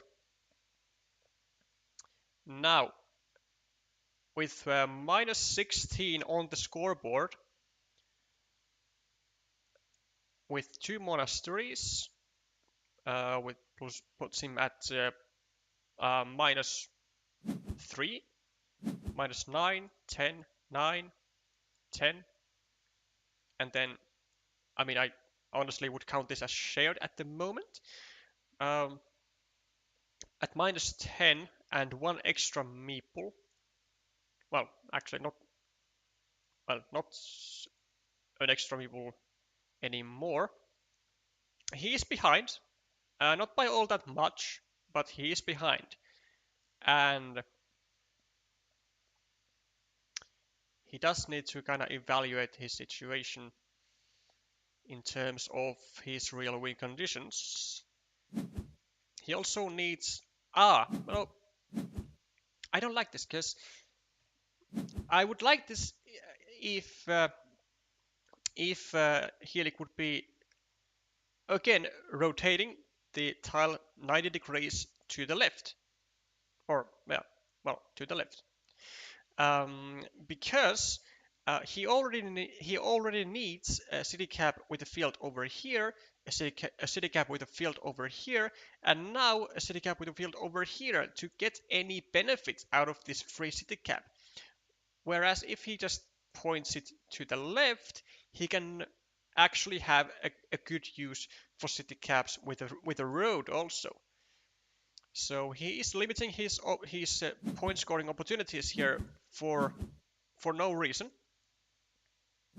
Also, Pakshe making a kind of a interesting decision here, taking the restricted city cap and leaving an unrestricted city cap for his opponent, when he could have gone over here and start a new city or something. Like this is just a pure mistake. Why would you give easier chances for your opponent to score? Huh. I don't know. Pakshe's path to winning is re-attack the big city on the right and force the CCCC. Or maybe not even force it, maybe just, have faith on the 50-50. That could also work. But yeah, it might be key to actually attack this city with the second meeple and try to get the CCCC. That is certainly an idea.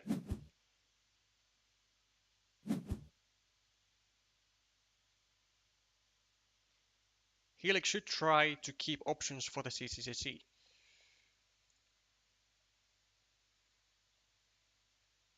But he has options, no? Like, he can just dump it here.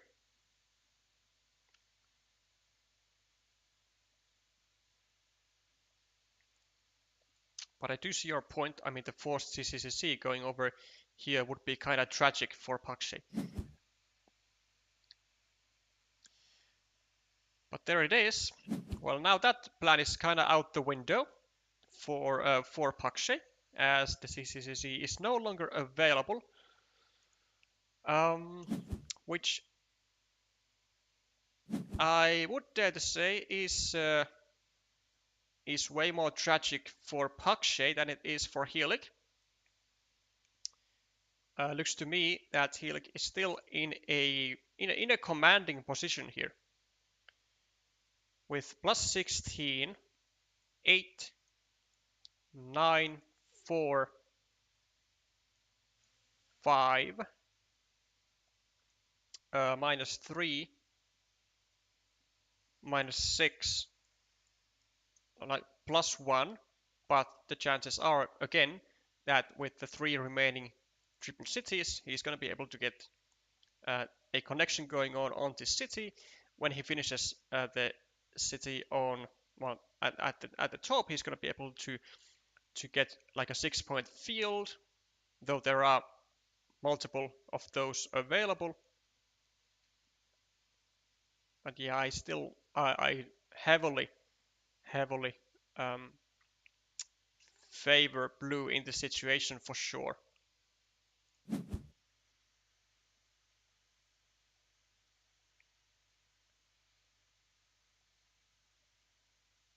Note that left-handed dagger is drawn by the Hong Kong player again. True, that is true. I believe there's only one remaining.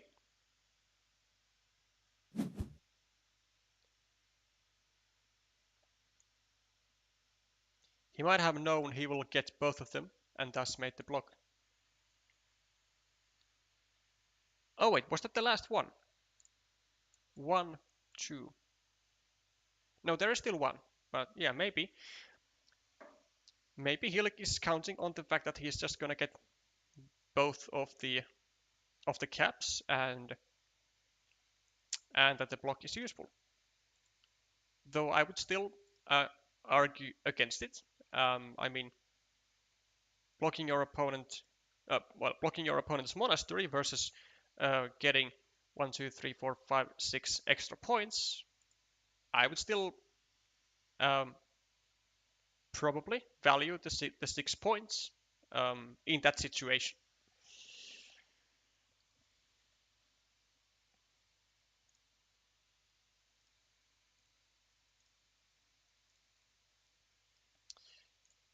Pakshay with double caps and needs to figure out a way to bring this game home somehow. And well, this is certainly not useful for Pakshay, as Helik will now be able to get the field and gets the connection. So this is a 13-point move and puts Helik into what I want to say in a quite a commanding lead. 16, 6, 6, 8, 9. Like, okay, only at plus 7 actually.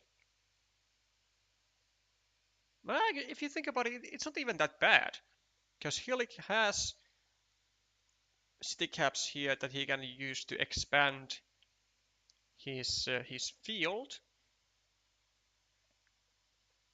Okay, so does Helik, but only 1.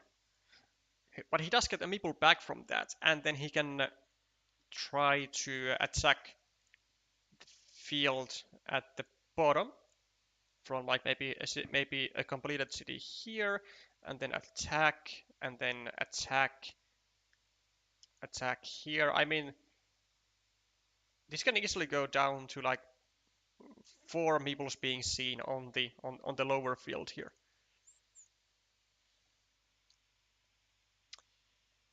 And I gotta say, I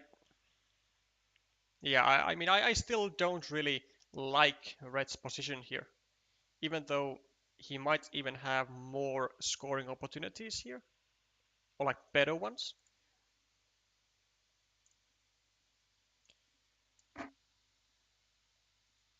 This is not exactly the dream situation for the Thai player, and he's only at 13 seconds. He needs to act.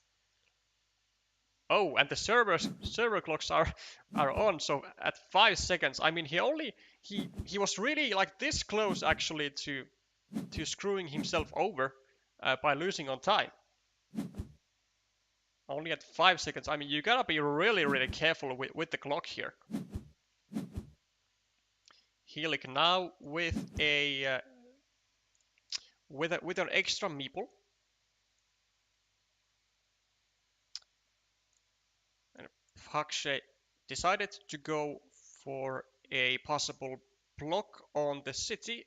Didn't end up working out. And now Pakshay has issues, like big issues,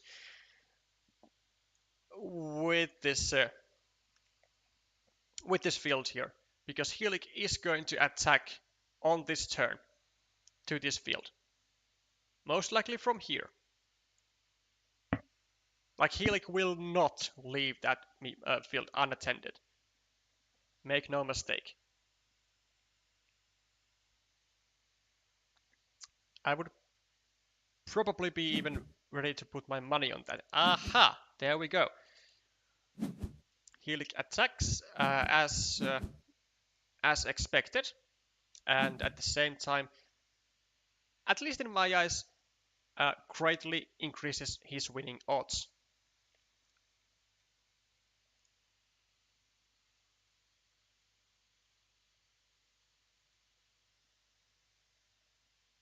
Ah, true. Helik did indeed also get the third dagger, so this people of Pakshay will stay trapped until the end of the game. So, and indeed, true calling, self-evident. As Pakshay, I would have created a 9-point field and taken it, trying to join all 3 fields. With the monastery, with the road, I mean. Ah, not a bad... Yeah, I mean, not a bad option. Going over here, placing a farmer, and then trying to, like, somehow outright win all the fields. But with meeple disadvantage, it's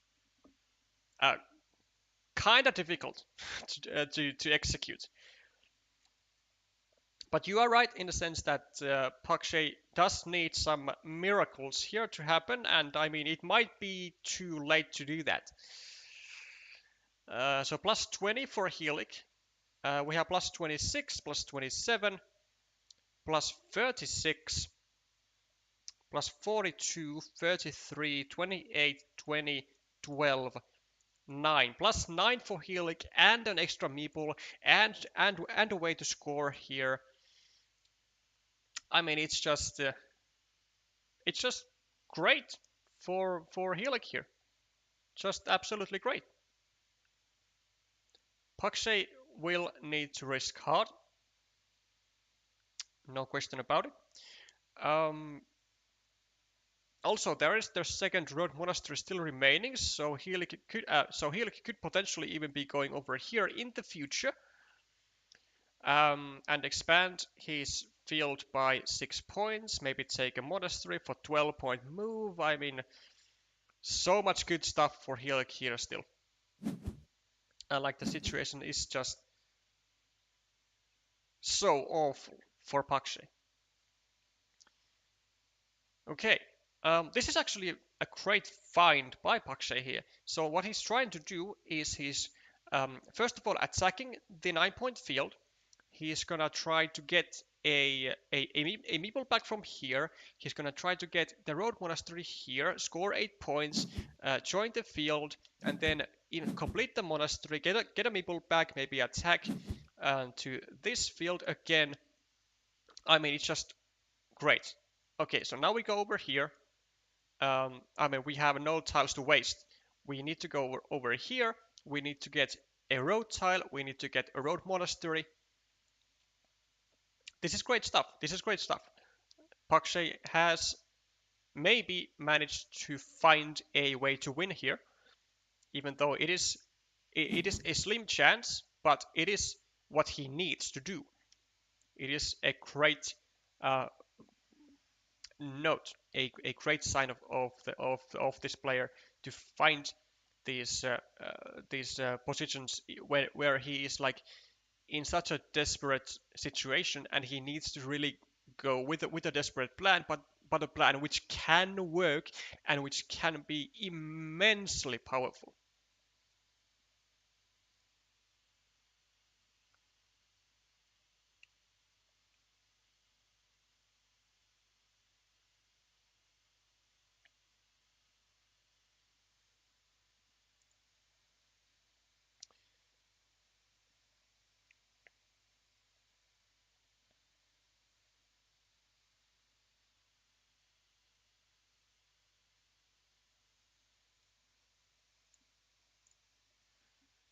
Okay,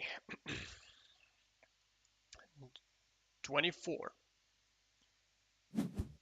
25, a double attack from Helig. Pakshay gets the curve. Now we are an inch closer to making that plan possible. Let's go. I'm really hoping actually that Pakshay gets this plan working because it is a magnificent plan. It is absolutely wonderful.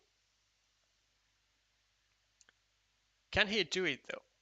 So Helig is gonna go probably just take these 4 points, right? I don't think he has to do all that much like extra stuff. Like if Helig gets the road monastery, he's going to win this game.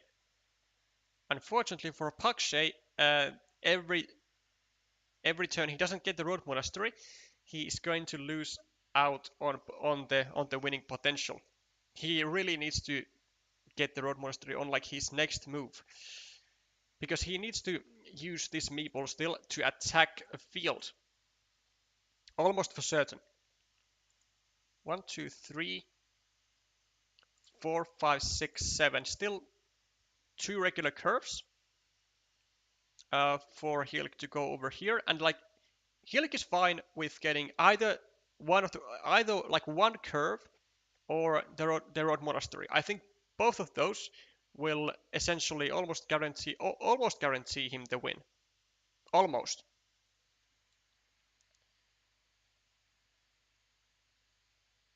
Plus 13 equal 5 equal 11 17 5 6 3. So at the moment, wait, is Pakshay in the lead at the moment? Wait. 15 7 equal 13 19 7. So plus 7 for Helig, right? Yeah, I think plus 7. And the magic needs to happen. A terrible tile for Helig, by the way. A terrible tile. Because he's not going to be able to go here. He's not going to be able to prevent Pakshay from going here. He's not going to be able to drop another farmer on this. This is a terrible tile for Helig. A terrible tile. Now Pakshay, if he gets any road tile except for the road monastery, it's going to be absolutely magnificent for him. He'll be able to go over here and he'll be able to drop a farmer and guarantee, well, almost guarantee that he's going to at least tie the field.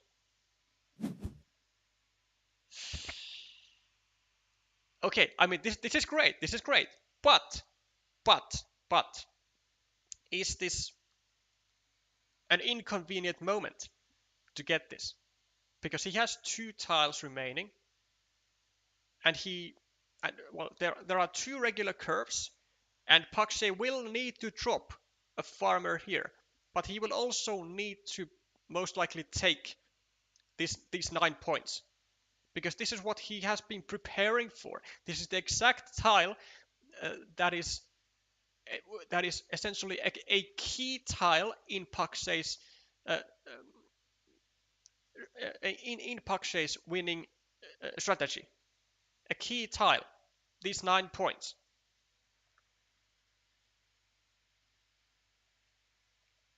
Let's try to figure out what the remaining tiles are, except for the 2 remaining curves, 3, 4, 5, 6, 7. So there are 5 tiles, most likely at least a city cap.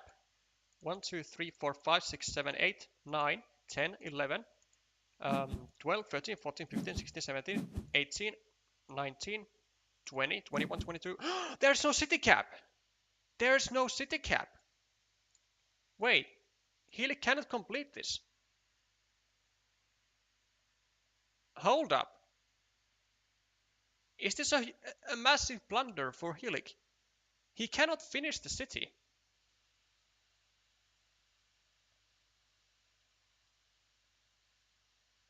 He is banking on getting one of the 2 curves. He is banking on that. And he might even honestly have to go here and drop a farmer. I don't know, because this will be fine as well. Wow, this is... Oh! Oh! Oh! And Pakshay gets a curve. Has Healy doomed himself? Has he doomed himself? Wait. +6, +9, +15, +21, 27, 33, 25, 19, 7. Pakshay is only -7. Healy cannot finish this. He cannot get meeples out. He cannot score. He cannot score barely any points. Pakshay needs to go here, I think, to prevent Healy from getting maturity on this field. But he needs to also score 7 points after. But this is 4, right? Now he goes here, yep, and he prevents the plan. But how much? But this is actually still beneficial for Healy, because it takes away 3 points from Pakshay, and Pakshay only has 1 meeple and 1 tile to score 7 points, which he cannot do.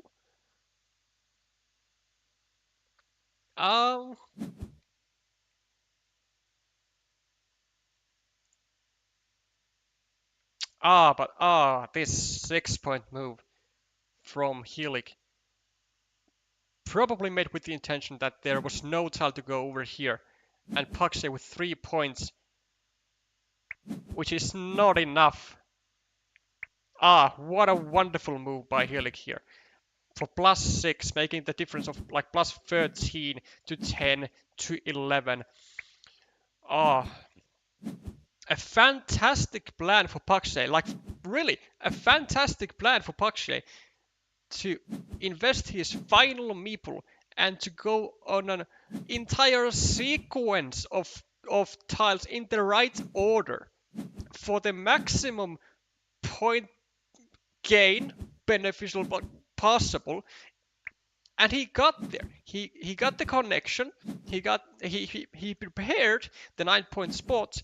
He got the curve. He got the meeple back. He got the monastery. He was able to almost prevent the entire plan that Healy was setting up for I don't know, 70 freaking turns, and it still wasn't big enough. Holy, 8-point lead for Healy, and it holds. It holds. And with that, our first champion of the Asian Cup is Hong Kong. It is Hong Kong with a more or less at least good enough play by Healy in the decisive game. Had the nerves, had the tiles also, but more importantly, the nerves to bring this one home as the captain of his team and to gets every single Hong Kong player proud of this performance. Oh god, there is so much stuff going on in the chat. Ah,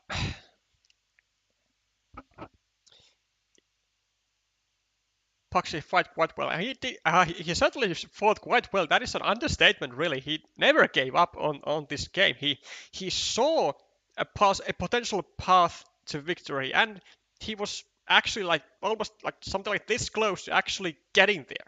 It was insane.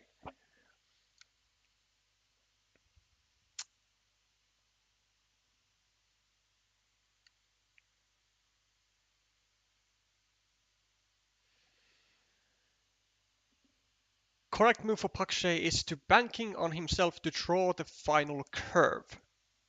Um, yeah, on I'm pretty sure this is what self-evident means. So this this a triangle which allowed Helix to get 2 points, and a meeple for both created an additional 6-point field. I might have to agree here. It was a bit weird to see Pakshay giving out points to his opponent, especially when he already had a meeple in hand. I'm not sure what he needed it for, but like the thing is that when Pakshay is making a plan that which is dependent on getting a series of tiles in the correct order and exactly when he has the one and only um, a meeple in hand, because he is so much behind, he really cannot afford to give any additional points to his opponent, which is exactly what has happened here. And maybe that has also allowed this 6-point field to be taken by Helix. Maybe if Helix saw, I don't know, a city cap remaining in the deck at the time of grabbing this 3-point city, I'm not sure if he did. I'm just saying that if he did, then maybe Pakshay would have still had the chances to win. But with an additional meeple to a 6-point field, I don't think that is what should be allowed. That is a great note by self-evident there.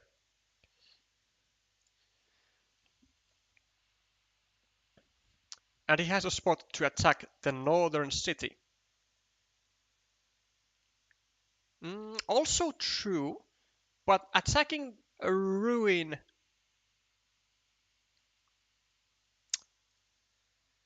with that one meeple, I don't think will cut it. Um, Maybe like after he gets a second meeple here back, then if he has a tile to go here and attack this and attack the ruin, he should do that. But I don't actually think that there were almost maybe not even a single tile to go here to attack the city. And like Pakshay cannot sacrifice the one meeple at least before he has scored the 9 points on this monastery. Like he just cannot. This is an essential part of the plan to get this monastery and score the 9 points on a single move. Like he cannot win. He cannot win without that monastery. Didn't watch any of my opponent's games, so I did not know the game. Just know is the champion's match point. Well, that's probably good for you, Hilk. Also, massive congrats for the win. Um, probably only good for you because then you were not now getting the additional pressure from like knowing that it was the decisive game. Like the less you know, uh, the better is is quite often the case in competitive matches, especially in team fights when you don't know, or if you don't know that your game is what decides it all.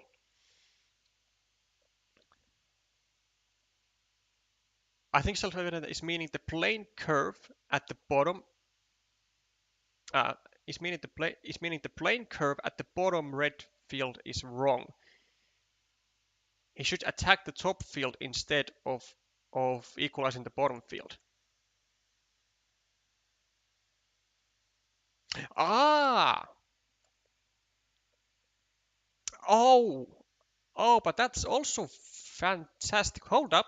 Let us go through that. So we go here, and then the remaining tiles are triple city, um, the field triangle, and a curve. So if instead we go over here and we meeple this, and we'd have faith that we get the final curve, then we get with our final two tiles we get 9 plus 2, so 11 points, where we now got 3 plus 3, so 6, and this also doesn't happen, so that's kind of like 6 gone.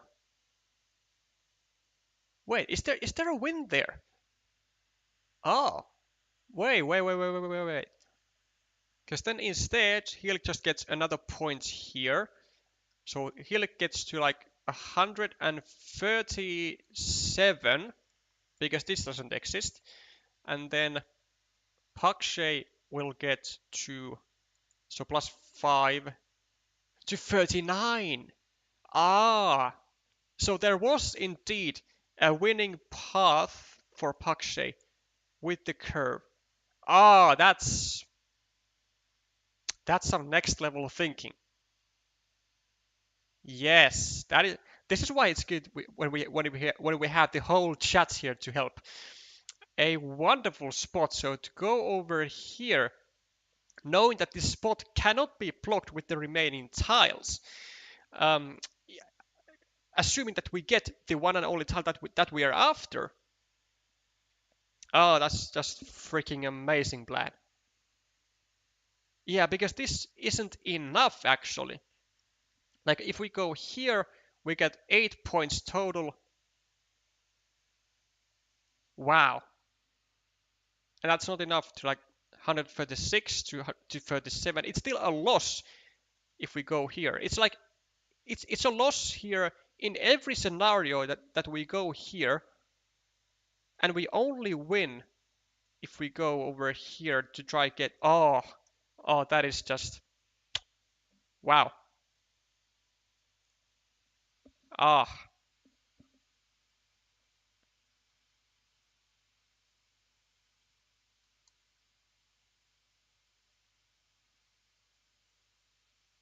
Pakshay only had 10 seconds left to think. Oh, yeah. I mean, he was running low already in like the mid game, but like here he like really used his time here. Unfortunately, maybe even a bit too much. So I mean, whenever you hear that ticking sound, you're like, damn, I really gotta make a move. I might be destroying my own game by just going intuitively based on the information that I have gathered thus far. And it seems that that was indeed um, kind of a trap that Pakshay maybe might have set on himself by using so much time.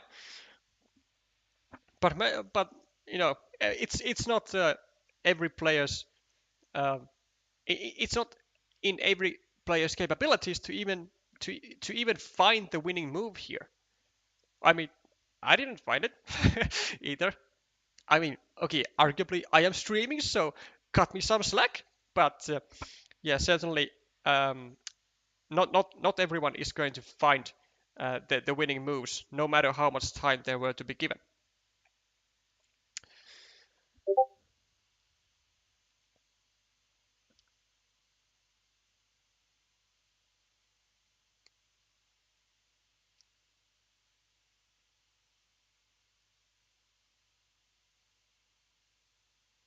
With this curve in his penultimate move, yeah, there was still one curve when red placed last farmer. That is blue last move from the bottom connecting one. Yeah, one third of a win, so 33% chance.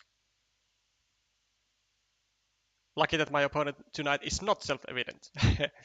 I see. Probably rightfully so. Connect the 12-point field at bottom because I knew both final two tiles has no road. Yeah, exactly. That is at least something that I noticed at the end of the game. So, I mean, if there were any road tiles, then this would be most likely uh, hurting your winning chances by a big margin because of only two tiles remaining. But lucky for you, you were being very precise and did not make that mistake of not knowing the remaining tiles uh, not being roads.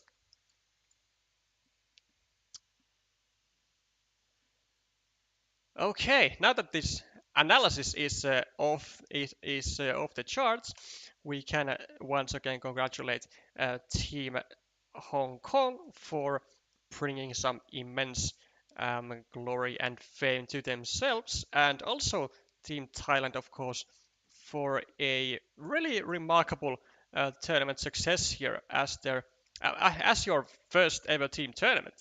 And I mean, if you are gonna keep up the quality like on this level, I have no doubts and that Team Thailand is going to be having more success on other tournaments as well. And we certainly would love um, to see you elsewhere too in the international stages.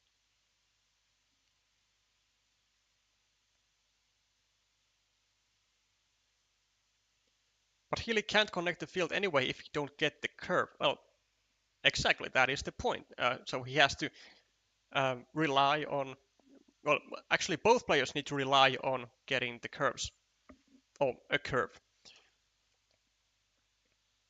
So once again, as a reminder, the top one and the top two um, teams, being of course Hong Kong and Thailand, um, will get a spot in the uh, in the qualifiers of the Carcassonne Champions League Season 2 for their team. They do have to decide on who is going to represent their country um, in the qualifiers. So that is, I believe, totally up to them.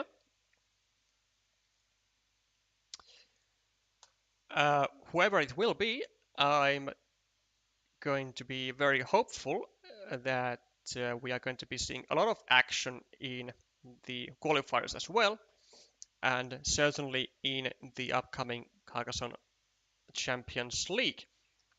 It would be intriguing to actually have a Thai player there.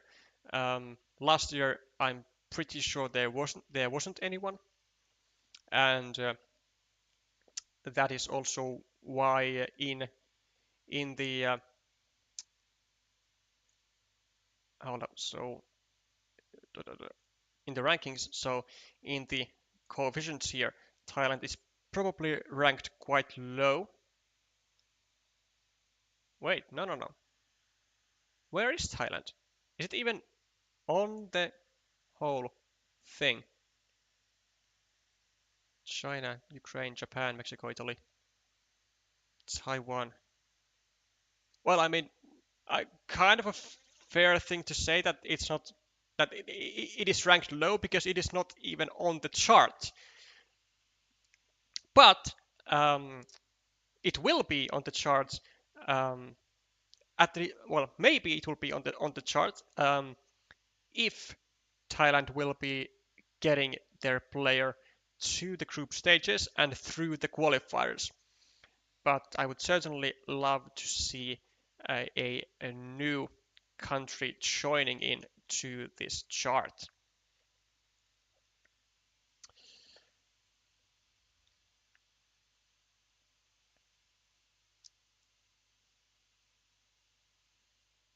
Thailand will be one of self-evident's favorites in WTCOC 2025.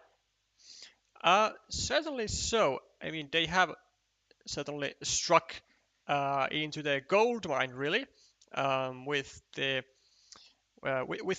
audience reaction, shall I say?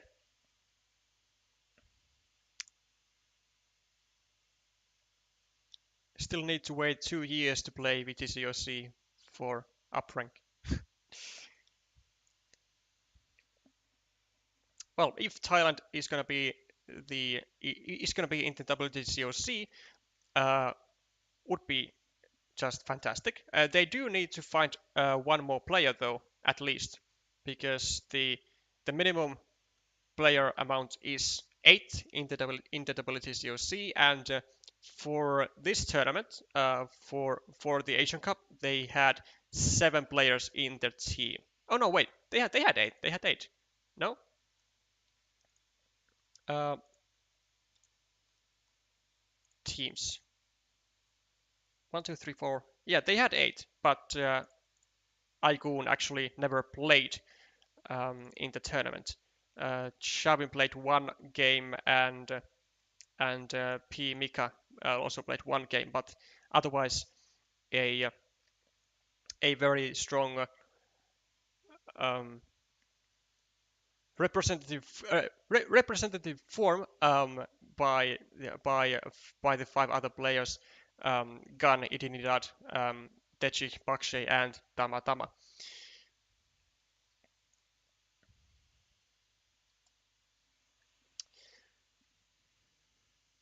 Okay, I wish both Hong Kong and Thailand great success in the CCL qualifiers.